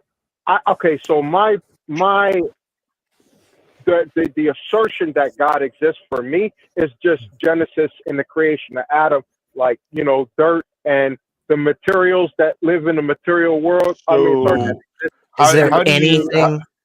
Is there anything else that you accept like that? Is there any other belief that you hold that you would accept that argument to get to that conclusion? What do you mean? Well, what it sounded like to me, what you just said, like it's just a prerequisite. You just Genesis 1:1 says it. The Quran has things about, the start of the world, and the Vedas has things about that, and there's a shit ton of other things. Like, is there any other belief that you hold, Christos, where you're just like, I just read it in this book and it says it, so I accept it? Yeah. So for me, it's reality, and I literally, this is my own term. I'm a heretical theist, and my own term is called the Book of Reality. I see people dwelling in houses of what is labeled in books as clay. I think that there's somebody there, and that's what I think is important. You know what I mean? So I refer to what, maybe classical atheism and theism as this and that. And so I debate for that. But, like in reality, I'm like, we're here. This is what's going on. So, right. But reality, as explained by science, shows that the Genesis story cannot be true. And when you say Genesis story, I really should nail down which Genesis story, because there are two. Yeah. But I don't think that you're ready for that theological conversation yet. I am, but it wasn't necessarily my approach to this. I do that plenty on. Do you agree, though, Christos, that there are two different accounts of the Genesis creation story in the Bible, like back to back? Do you think those two are contradictory, or? I think it's totally fine. I think that there's Democrats and Republicans, like two people can say different things and still be real. Not two people saying different things. It's the same story. It's two different stories, both claiming to be the Genesis story in the Bible, which most Christians believe to be the source of truth for God. So I don't see how you get that Genesis, either story, one is less believable than the other, but neither story tracks with how we know with anything we know about the universe.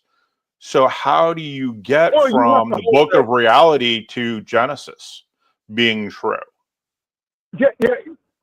Well, I was just asked about that. I wouldn't have brought it up. And so my thing is, what I know about a lot of atheism is you guys hold a lot of tenets of the Bible as truth to be able to refute. The thing is, I don't hold those same mounds as true to be able to refute.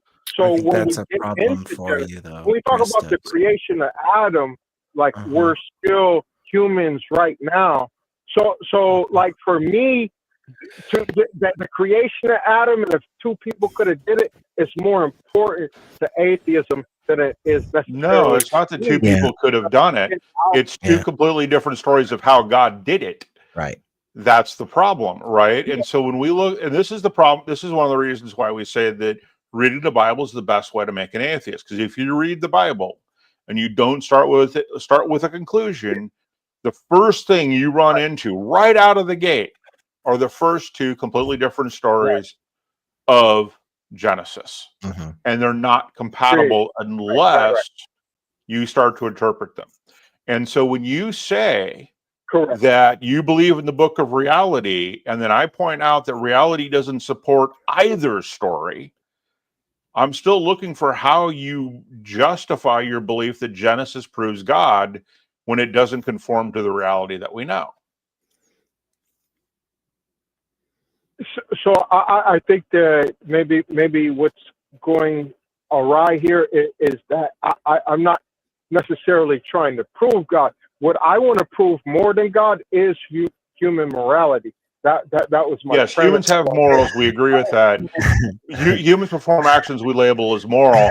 What I care more about is whether or not your belief, because it sounds like you're claiming that morals come from God. Yeah. Yeah, it feels like whether or not God exists, Christos, is actually important for your argument. I think morals come from humanity, which is why I labeled. If you look at the label, what I say, I think morals come from humanity. So hopefully, I don't sound like I'm saying moralities come from a non-existent being. Let me. So God has never given humans morals, a moral code. Well, I think we have something innate in us that I would like to talk about. Something innate in us humans that I would like to talk about. If it came from a spaghetti monster, then, we could discuss that. I am a deist on that level of anything that comes from a non-human. So now you're using deist in two different ways. So again, now we're running into another problem that I have with you redefining deism or deity as someone having moral capacity. because you just used it in the sense of a supernatural entity. Christos, you're all over the place in your basic thinking and your epistemology. I don't think you've thought it all the way through. If you're going to use terms, make sure that you define them, because we still have not. I don't think we've fully defined exactly what you mean by deity, given that you just used the same word in a different way. So you're not even being consistent within your own usage of the word. I think if you go back, Christos, and I don't mean this offensively, okay? I mean this in a way that I hope years ago people spoke to me, right? I hope people spoke to me like this many years ago. And if you go back and you listen to this whole call and you write it down, you write down what it is that we're trying to understand and where we're trying to go in the conversation, and you track it, and you literally draw little arrows and drag it over, right, during the conversation. This is actually a technique that's utilized by judges for scoring collegiate style debates, right? This is how they, at the end, determine who dropped an argument or whose argument was rebutted, so on and so forth, right? If you go back and you watch this call and you try to do that with this conversation, I think you're going to struggle. And I think in part it's because, kind of like what Jim was saying, you know, there's some of this stuff that you haven't fully thought out, which is totally fine. A lot of this stuff is really dense, right? It's probably taken years to even get to where you are right now, man, which is huge progress, you know, and that's awesome. And I also think one of the reasons it's been difficult for us to make progress, and it'll be tough to track this conversation going back and rewatching it, is because, kind of like what I was saying earlier, is that you're utilizing terms to describe concepts that honestly are kind of willy-nilly mixed up together. And there's not clear boundaries on them. Our language is not perfect, right? The words that we use to describe all the things around us is oftentimes very, very flawed. But the point is to try and get a little bit closer to what it is we're actually saying and what it is we actually mean. And when we use words that don't have those perfectly defined boundaries, and we just try to let them be as unbounded as possible, it gets very, very difficult to make progress. I think there's a lot of stuff that the three of us would agree on. I mean, I think all three of us would agree that morals come from people, you know? It's just like what exactly we all mean when we say that. One of the reasons we might be struggling is because you're trying to use some of these words like deity and God and morality and shit. And we don't need to use those words. There are better things that we can say here to get our point across that we all agree on and will actually help us. But we got another call here, Christos. So we're gonna go to that. But I do appreciate you. My last thing to say is I was only on a call about God because that was specifically the topic was deity. But I thank you guys for having me, and thank you for having me. Yeah, thanks so much. Thanks so much. Call us back, Christos. Yeah, and also go study some ethics. It's a major topic in philosophy. There's a lot written on it. Yeah, the morality discussion. I love to talk about it because that was really big for me when it came to my whole deconstruction and stuff like that. That was a big thing that mattered to me. So. And it's a huge thing, right? And it matters to everybody because we have to figure out what is moral and what isn't, what is the right way to live our lives. And that's the ethical question ultimately.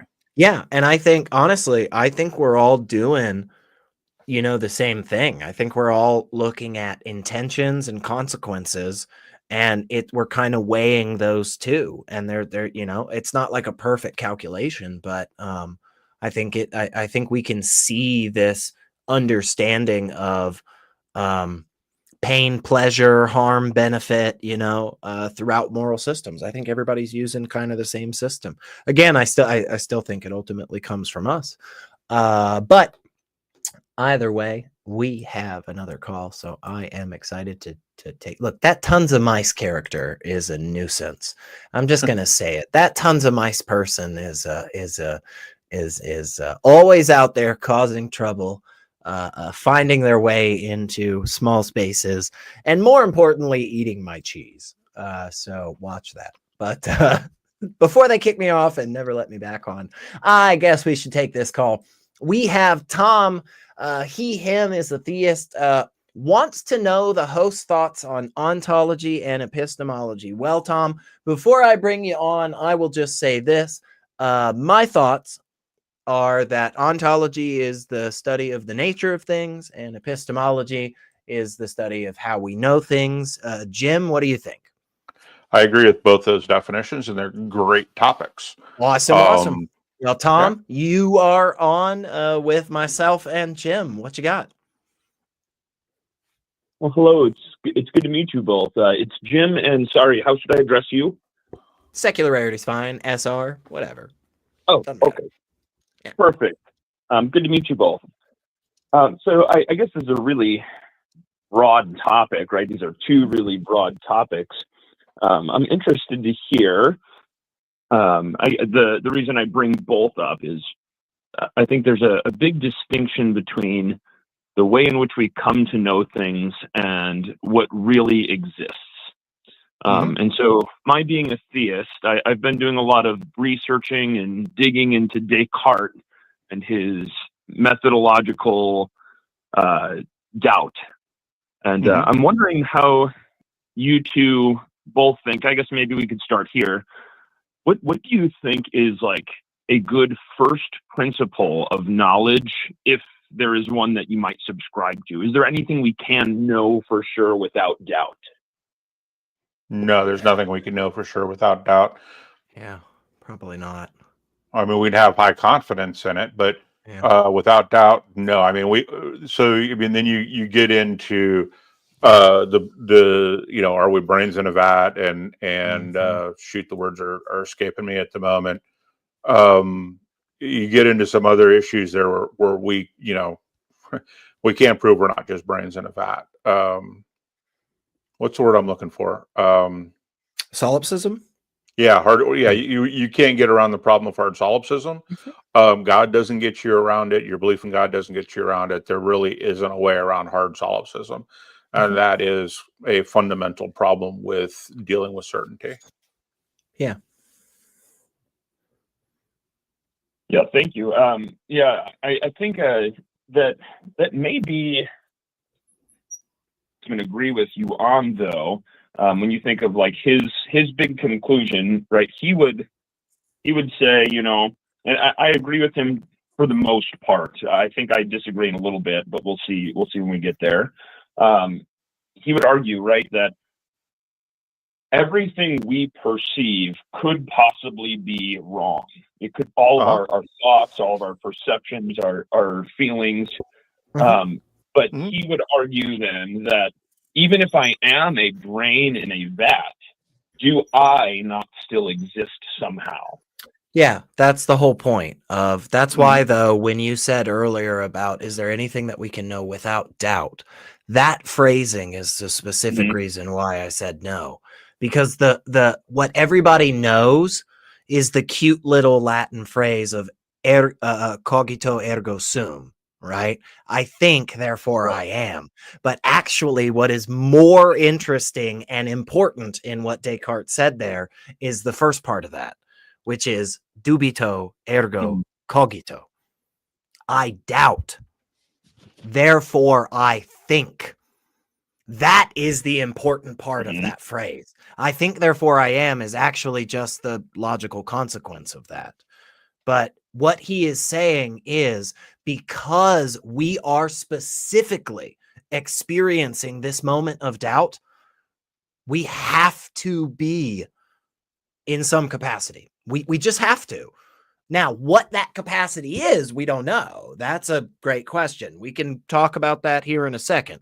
But this is the whole point of Descartes and his apple cart, right? Is he empties out the whole cart of apples because one bad apple spoils the bunch, and he goes all the way back to the beginning.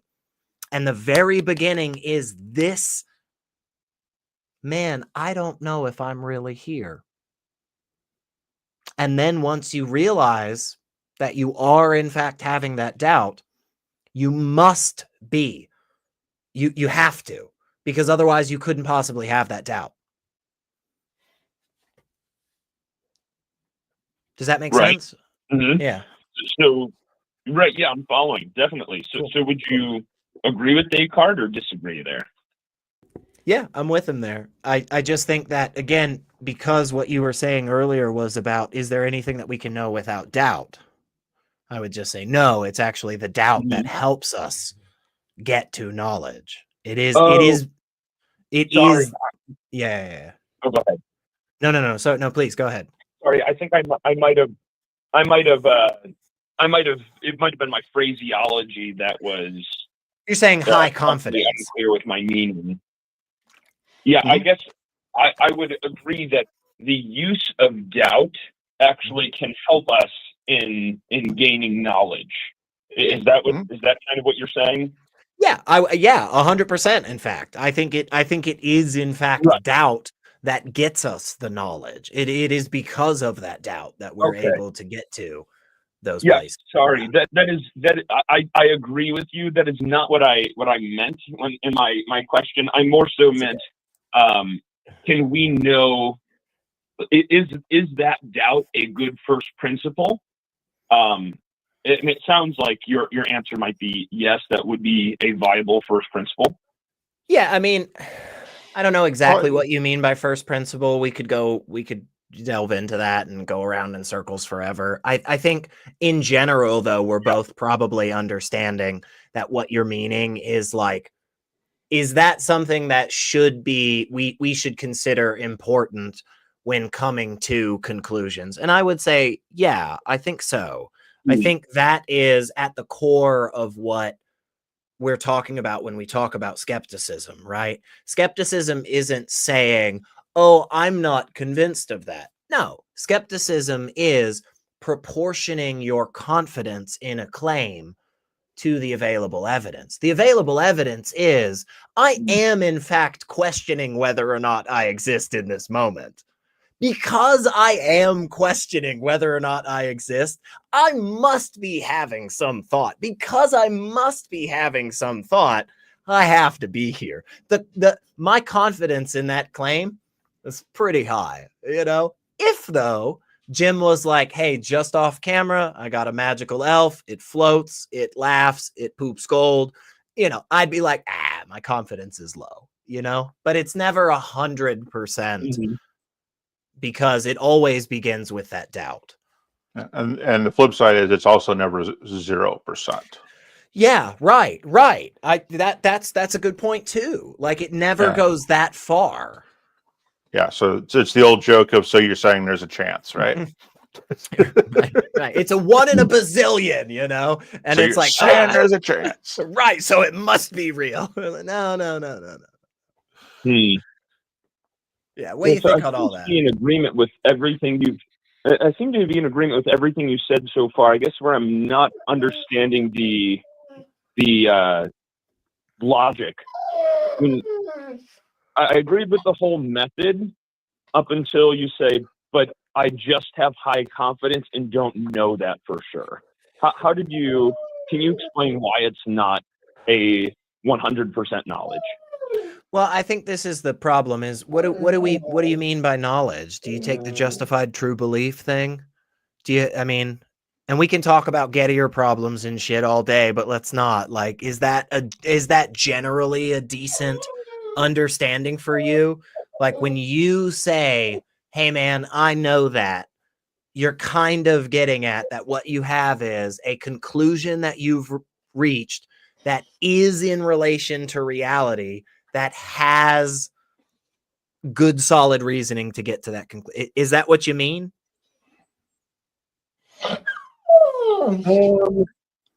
Not, I wouldn't say totally. Cool. What do you mean by knowledge then? Maybe that's a good place to start. Yeah. Sure. Yeah.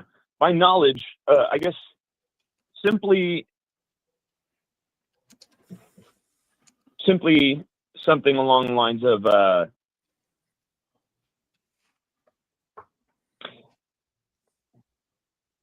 ascertaining that which comports to reality. And I don't knowledge or something that's true. Is that what you mean? Yeah. Good. Yeah. Answer. Sorry. So what's the difference? Because I use that definition for truth. Well, actually, my full definition is that which comports to reality as adjudicated by predictive power. But I use that for truth and not for knowledge, because I also use the justified true belief for knowledge. So that's why I'm asking, what if you're defining knowledge as that which comports to reality? How do you define truth? Or are you saying the truth and knowledge are the same thing? Yeah, well, no, I wouldn't say they're the same. I think that's the first word in my definition was the ascertaining that. So I think like it's maybe an ascertaining of truth. So how is that different from my saying justified true belief? Yeah. I wonder if the word justified means that it must be arrived at rationally. Well, no, it also means I don't think necessarily, but I think we could have that discussion, and I think probably we would get to this place where we discuss rationality being important, but yeah, I don't think justified necessarily means that it's rational. I think it's following that same kind of criteria you're saying about when you say the ascertaining of, right? That to me sounds like justification. Like if somebody said to me like, well, how did you ascertain that there was, chocolate chip cookies in the oven, Elliot? I'd be like, well, I smelled them. I put them in my goddamn self.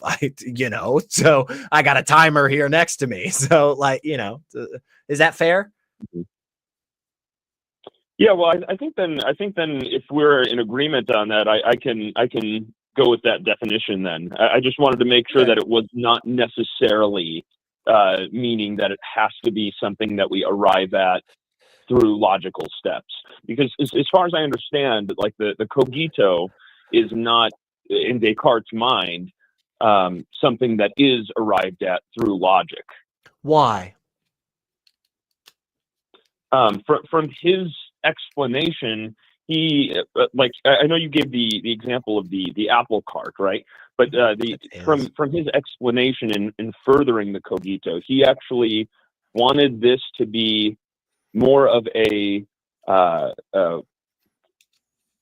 axiomatic thing rather than something. The therefore was not meant to be a if this is true then this, but more so like this through experience just is your knowledge. So, are you familiar? So real. Are you familiar, Tom, right? with Munchausen's trilemma? No. Can you explain? Yeah, this is a really awesome thing, actually. So, Munchausen's trilemma is discussing this exact topic, which is the idea that when we ask ourselves the question, how do we know what we know?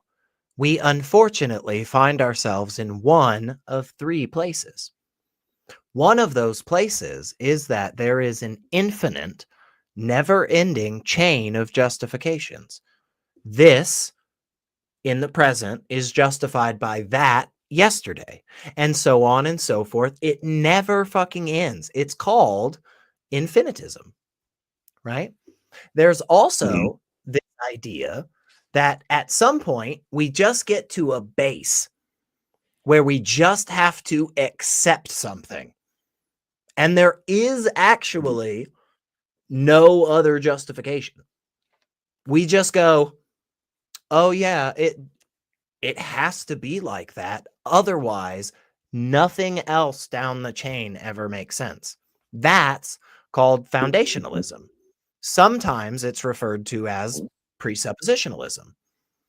And then the other one is called coherentism, which is the idea that at the beginning of the book, the way that Gandalf and Frodo behaves, and at the end of the book, Gandalf and Frodo still follow that same criteria.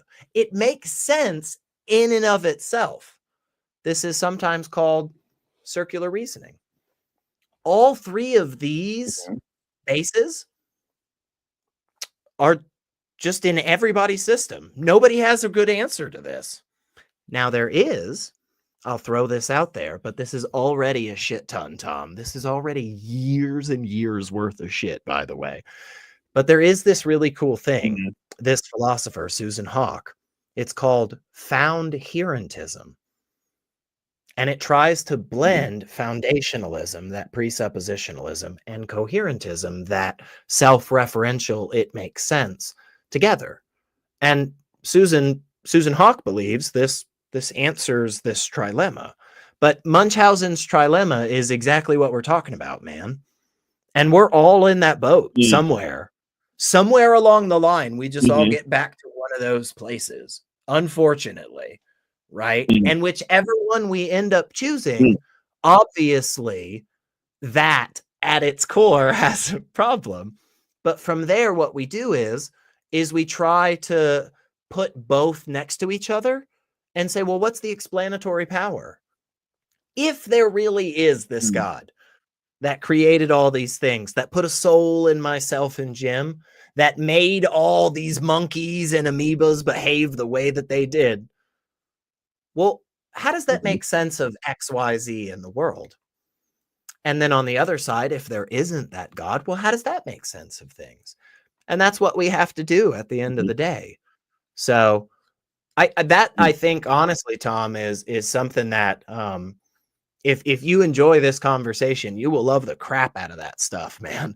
Munchausen's trilemma. You will go down the freaking rabbit hole for weeks. You might lose a few friends because you'll want to talk about it to them, and they won't want to hear it. But we're here for you. So call us back.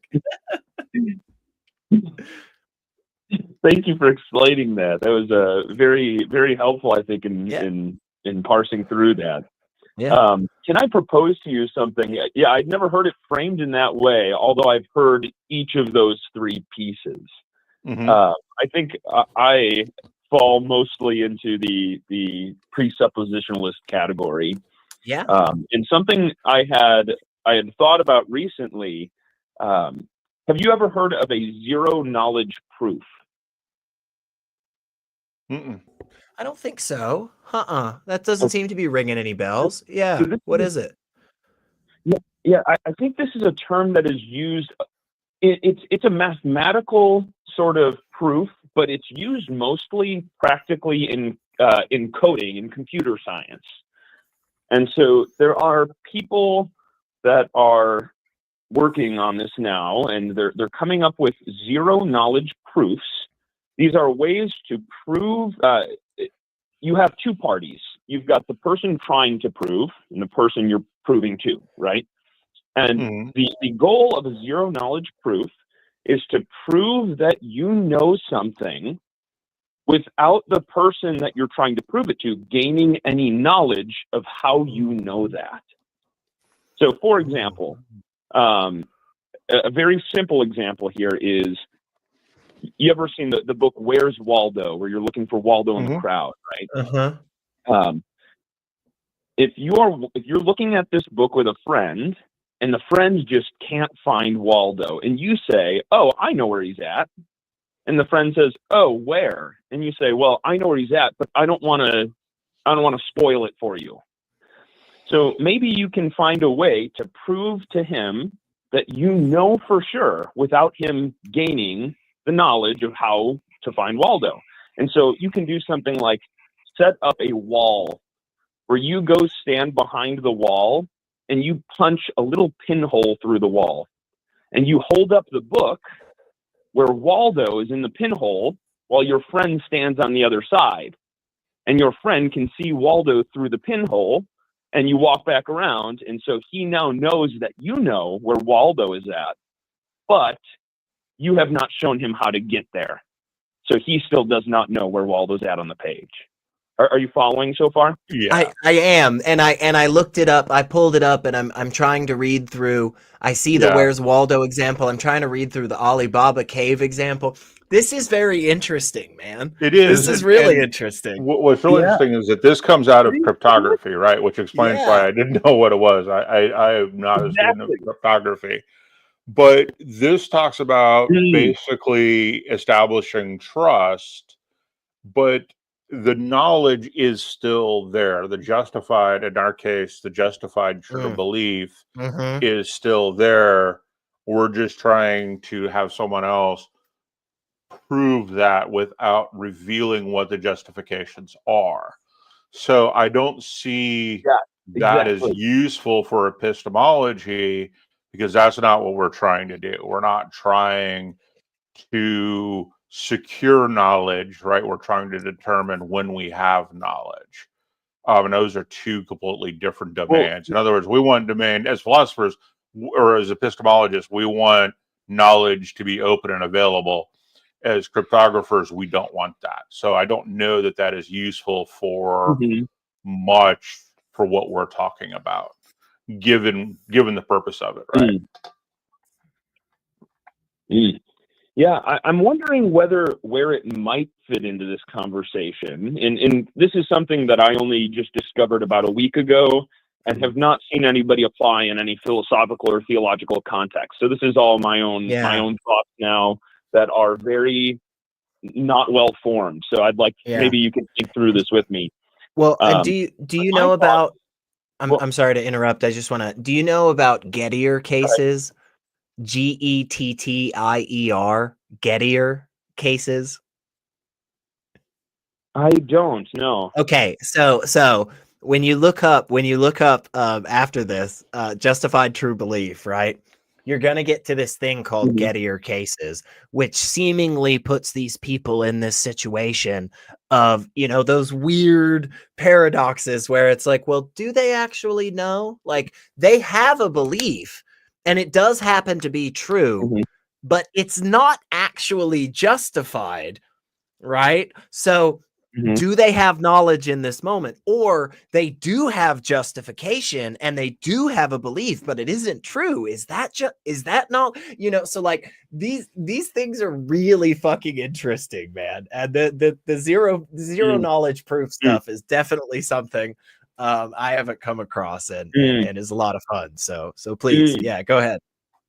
Yeah, I think all of these are kind of hitting on why I at first objected to the definition justified true belief, because I guess what I'm thinking now is to be justified.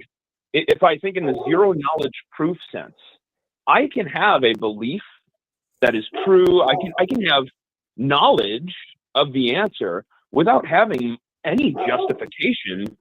But that's not what zero.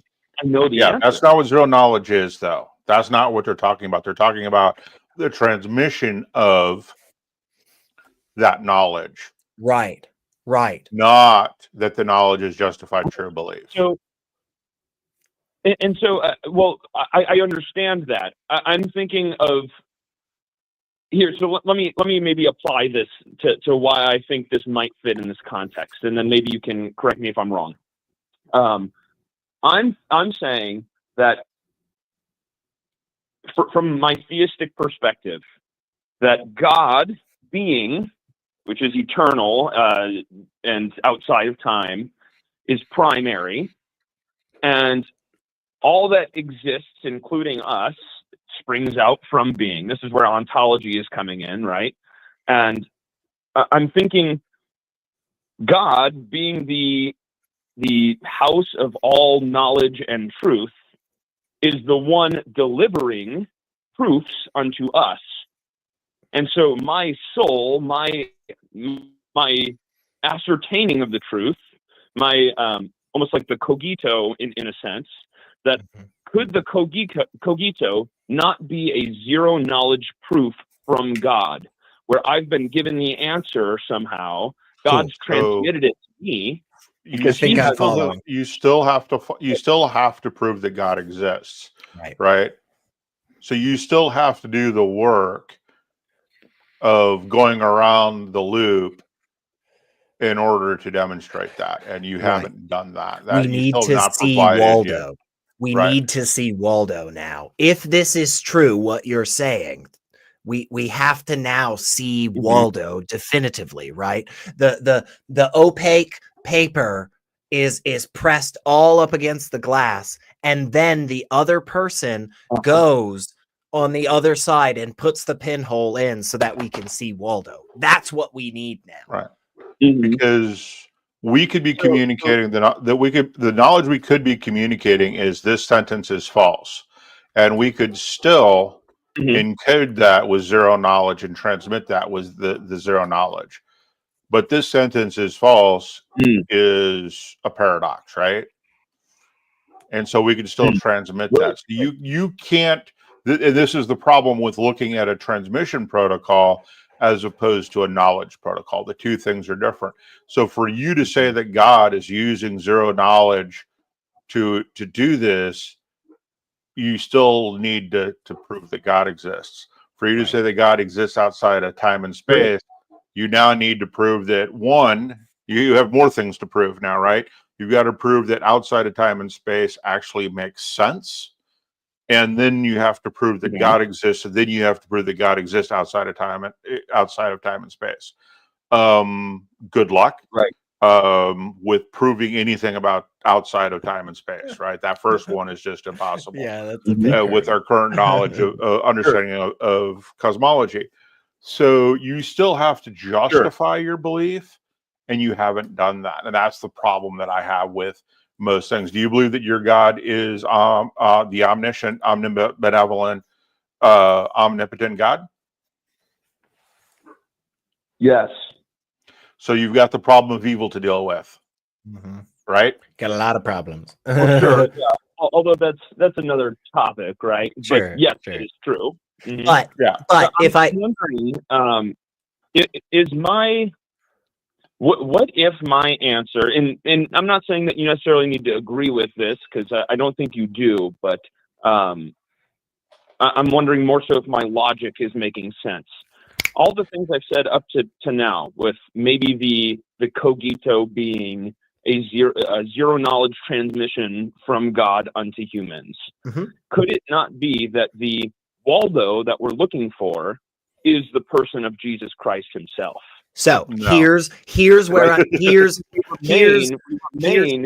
if God does not reveal himself, well then here we are stuck in this deistic form where this is all we can know, the solipsism. But the fact that God reveals himself in the person of Jesus, this is Waldo. Right. So okay, let me jump in real quick, Jim, because I think I am totally following with you, Tom. Okay. I really, really do. I think I understand what you are saying. Okay. And here is where I want to say back to the Munchausen's trilemma, because if I remember correctly, you said, hey, I think I kind of sit more in that presup kind of vein. And I actually think we all kind of do. I think we all just kind of assert that solipsism really isn't what's happening. I think we all just kind of assert that one equals one, and one isn't anything else, and that there's no middle ground. I think we just kind of assert the laws of logic and the existence of reality, right? I also think, though, you're adding one more assertion. And then what we do there is no longer do we go, well, you're just asserting things, because we're both asserting shit. I have 5 assertions, you have 6 assertions. So now here's the game that we play. We now go down the chain. We now put these assertions, my 5, your 6, into practice. And we see down the road who is able to explain the majority of things out here. Doesn't have to be everything, but who is able to explain the most amount of shit around us, right? Using those assertions, and also doesn't have problems later on that contradict those assertions. If I just have as my assertion, right? If I also have 6 assertions, and my 6th assertion is that all glass cups with cherries in them float every time you drop them on Earth, and then every time I drop this glass in front of people, it fucking shatters on the ground, that contradicts my assertion. That is a point against me and for you in this game. And I think once we play that game, Tom, I think what you'll see is you have an extra assertion than Jim and myself, and ours explains everything that you can explain without having any of those problems. That's where I think the logic breaks down. Yeah. And you're assuming in the case of the communicator and the receiver, you're assuming that the communicator exists, and we're not. So we're asking you to show us the communicator exists. Exactly. And then you can make the claim that there's some sort of zero knowledge transfer going on, that protocol is being enacted to communicate is part of that problem, right? So that's why I say that itself doesn't really work, because you're assuming there's a communicator. We know there's a receiver, that's us on this side. Right. But where's that communicator? Right. Yeah. And I guess, I think there's a lot that could be said here, but the communicator, I would say, my answer would be that Jesus himself sufficiently proved the communicator's existence. Right, but what that brings in, I mean, let me just make sure we're on the same page there, though, Tom. If we accept that, if Jim and I step into that space and we say, okay, we'll give you that. Let's explore that. What we need then is criteria to determine a couple of different things. It's not just the historicity of whether or not Jesus was a real person, right? It's not just the historicity of whether or not the Gospels accurately record the sayings of Jesus, right? It's not just whether or not Jesus actually physically, bodily resurrected from the dead, right? All of those things have to be shown. Plus, you also have to then show that the type of God that does in fact exist under your criteria is the type of God that perfectly fits the understanding that makes Jesus a real person that spoke those words, that bodily resurrected in that time period. Like what we have added on here is not just something as simple as, well, hey man, like there was this guy, right? Like Jim and I, we don't have to go down the mythicism route or anything with Jesus. Let's grant there was this dude. He said let's just say he said all the stuff attributed to him. Like, okay. The problem still is that we have to determine that this is the type of God that actually exists is one that, despite the infinite options for what this God could be, the God is one that has a very specific criteria that is laid out in the Bible, in the Torah, in the Quran, these types of books, that is one that would send a physical reincarnation of himself as his son. I mean, all of we're adding on so much here. And then we just have to ask ourselves, what is the explanatory power of that? Once we add all of that, what does that explain for us? And is there any demonstration around us that contradicts those assumptions that we have? And I think I think when we play that game, Tom, I think we realize that, yeah, actually, it's true.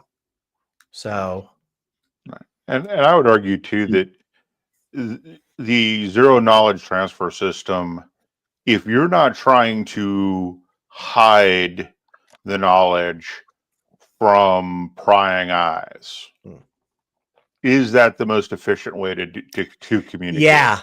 Yeah, that's a good question there. Right. And if it's not the most efficient, why did God choose? Right. Why did this omnipotent God choose it? Who's the prying eyes that he's trying to hide from? Right? Yeah. Is it Satan? Yeah. Well, now you got to prove Satan exists. In the Quran, it's because jinn are actively trying to get into the lower levels of heaven and hear God's secret messages, and that's why the angels shoot meteors at them. So I'm just saying, maybe it's that. Maybe that's. I mean, yeah, you end up having more to explain. Go ahead. Right. So I just heard static. I'm sorry. I'm personally. Oh, sorry. Did I cut you off? I don't know if I cut you off. No, you're okay. Go ahead, and we'll wrap up soon here, Tom. Okay. Yeah, I was gonna say I'm personally a Calvinist in my theology, where I would say that, like, God, he is sovereign, and that's what's emphasized, is God's sovereignty in this theology, and that he specifically reveals to some and to others. So this idea of efficiency of transferring the knowledge is not necessarily his motive, but more so he has ways higher than our understanding that deal with his goodness rather than with efficiency. I think that brings up a lot more problems, though, Tom. I think this brings up a lot more problems, honestly. Right. I know I kind of jumped in and cut you off. We are running super long, and this was a really, really good call, Tom. So please, whether we're on or not, please call back, because this was really interesting. I think you have a lot of really good stuff. I really do think if you go down the full tulip route, man, with the Calvinism, I think it brings up a lot more problems for the theology. Oh yeah, just the fact that you said God is good, and in his goodness, he doesn't want everybody to get the message. That brings up the whole problem of evil, right? That's a big one. Yeah. No, wait, we'll talk about it. We'll talk about it next time. Wrap up for us. Thank you very much. Thank you very much. I really appreciate the conversation. I think we kind of came to a great end of what our topic was. Yeah, I'm really looking forward to having another conversation. This makes me so excited. So thank you. Cool. Thank you, man. You're welcome. Seriously. Thank you. We really do appreciate it. And I'm gonna very rudely drop you. But make sure to listen in, because we'll say some nice things. Yeah, definitely, Tom. Be good. Bye. But yeah, I appreciate the heck out of that, man. And for anybody out there, conversation. Oh my gosh, right? I mean, that was so awesome. And truly, for anybody out there, whether you believe or you don't believe, right? These types of conversations are possible when we all engage with them honestly, and we're charitable to each other, and we allow each other an opportunity to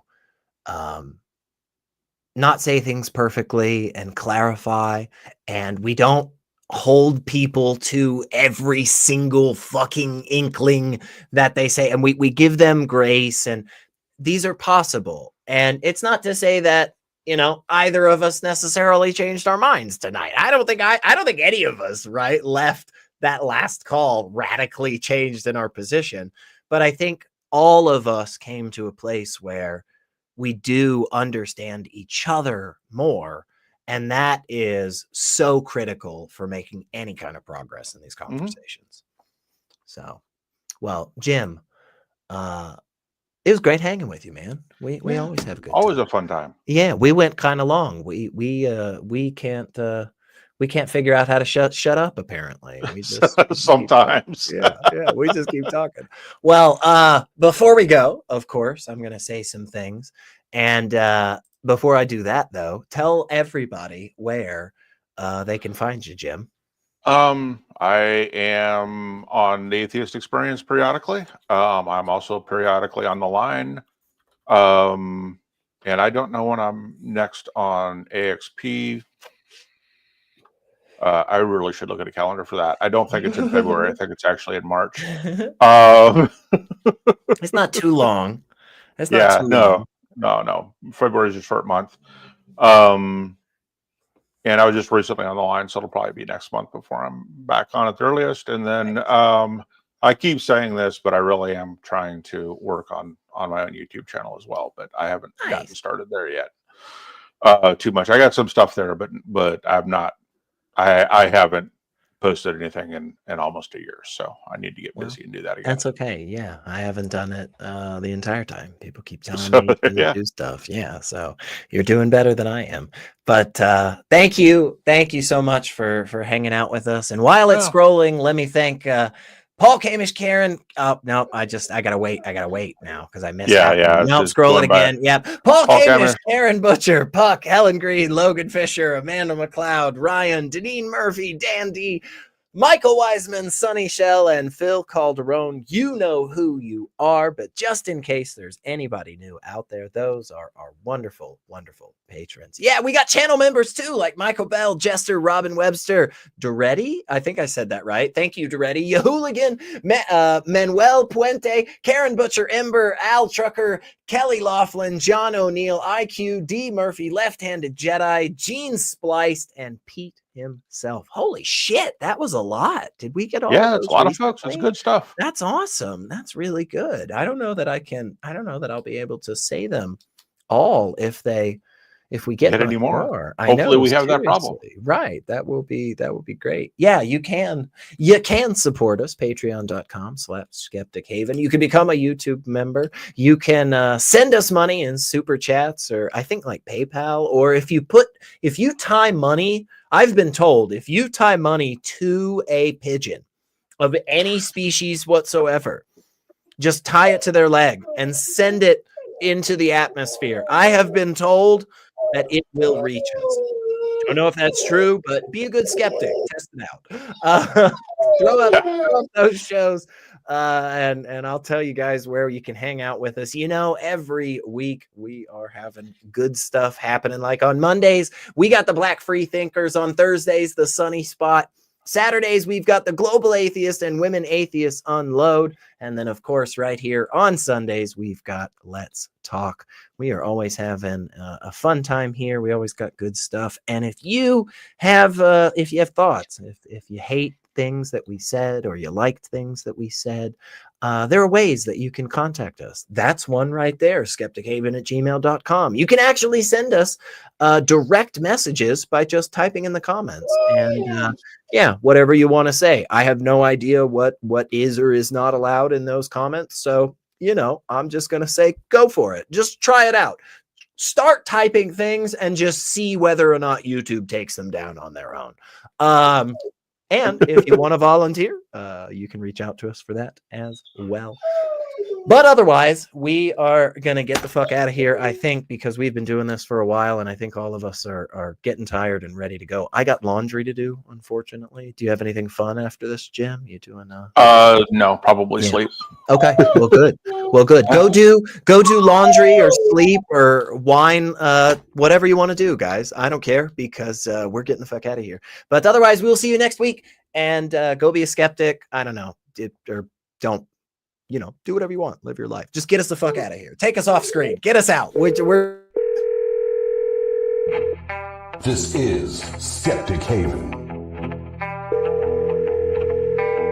Let's talk.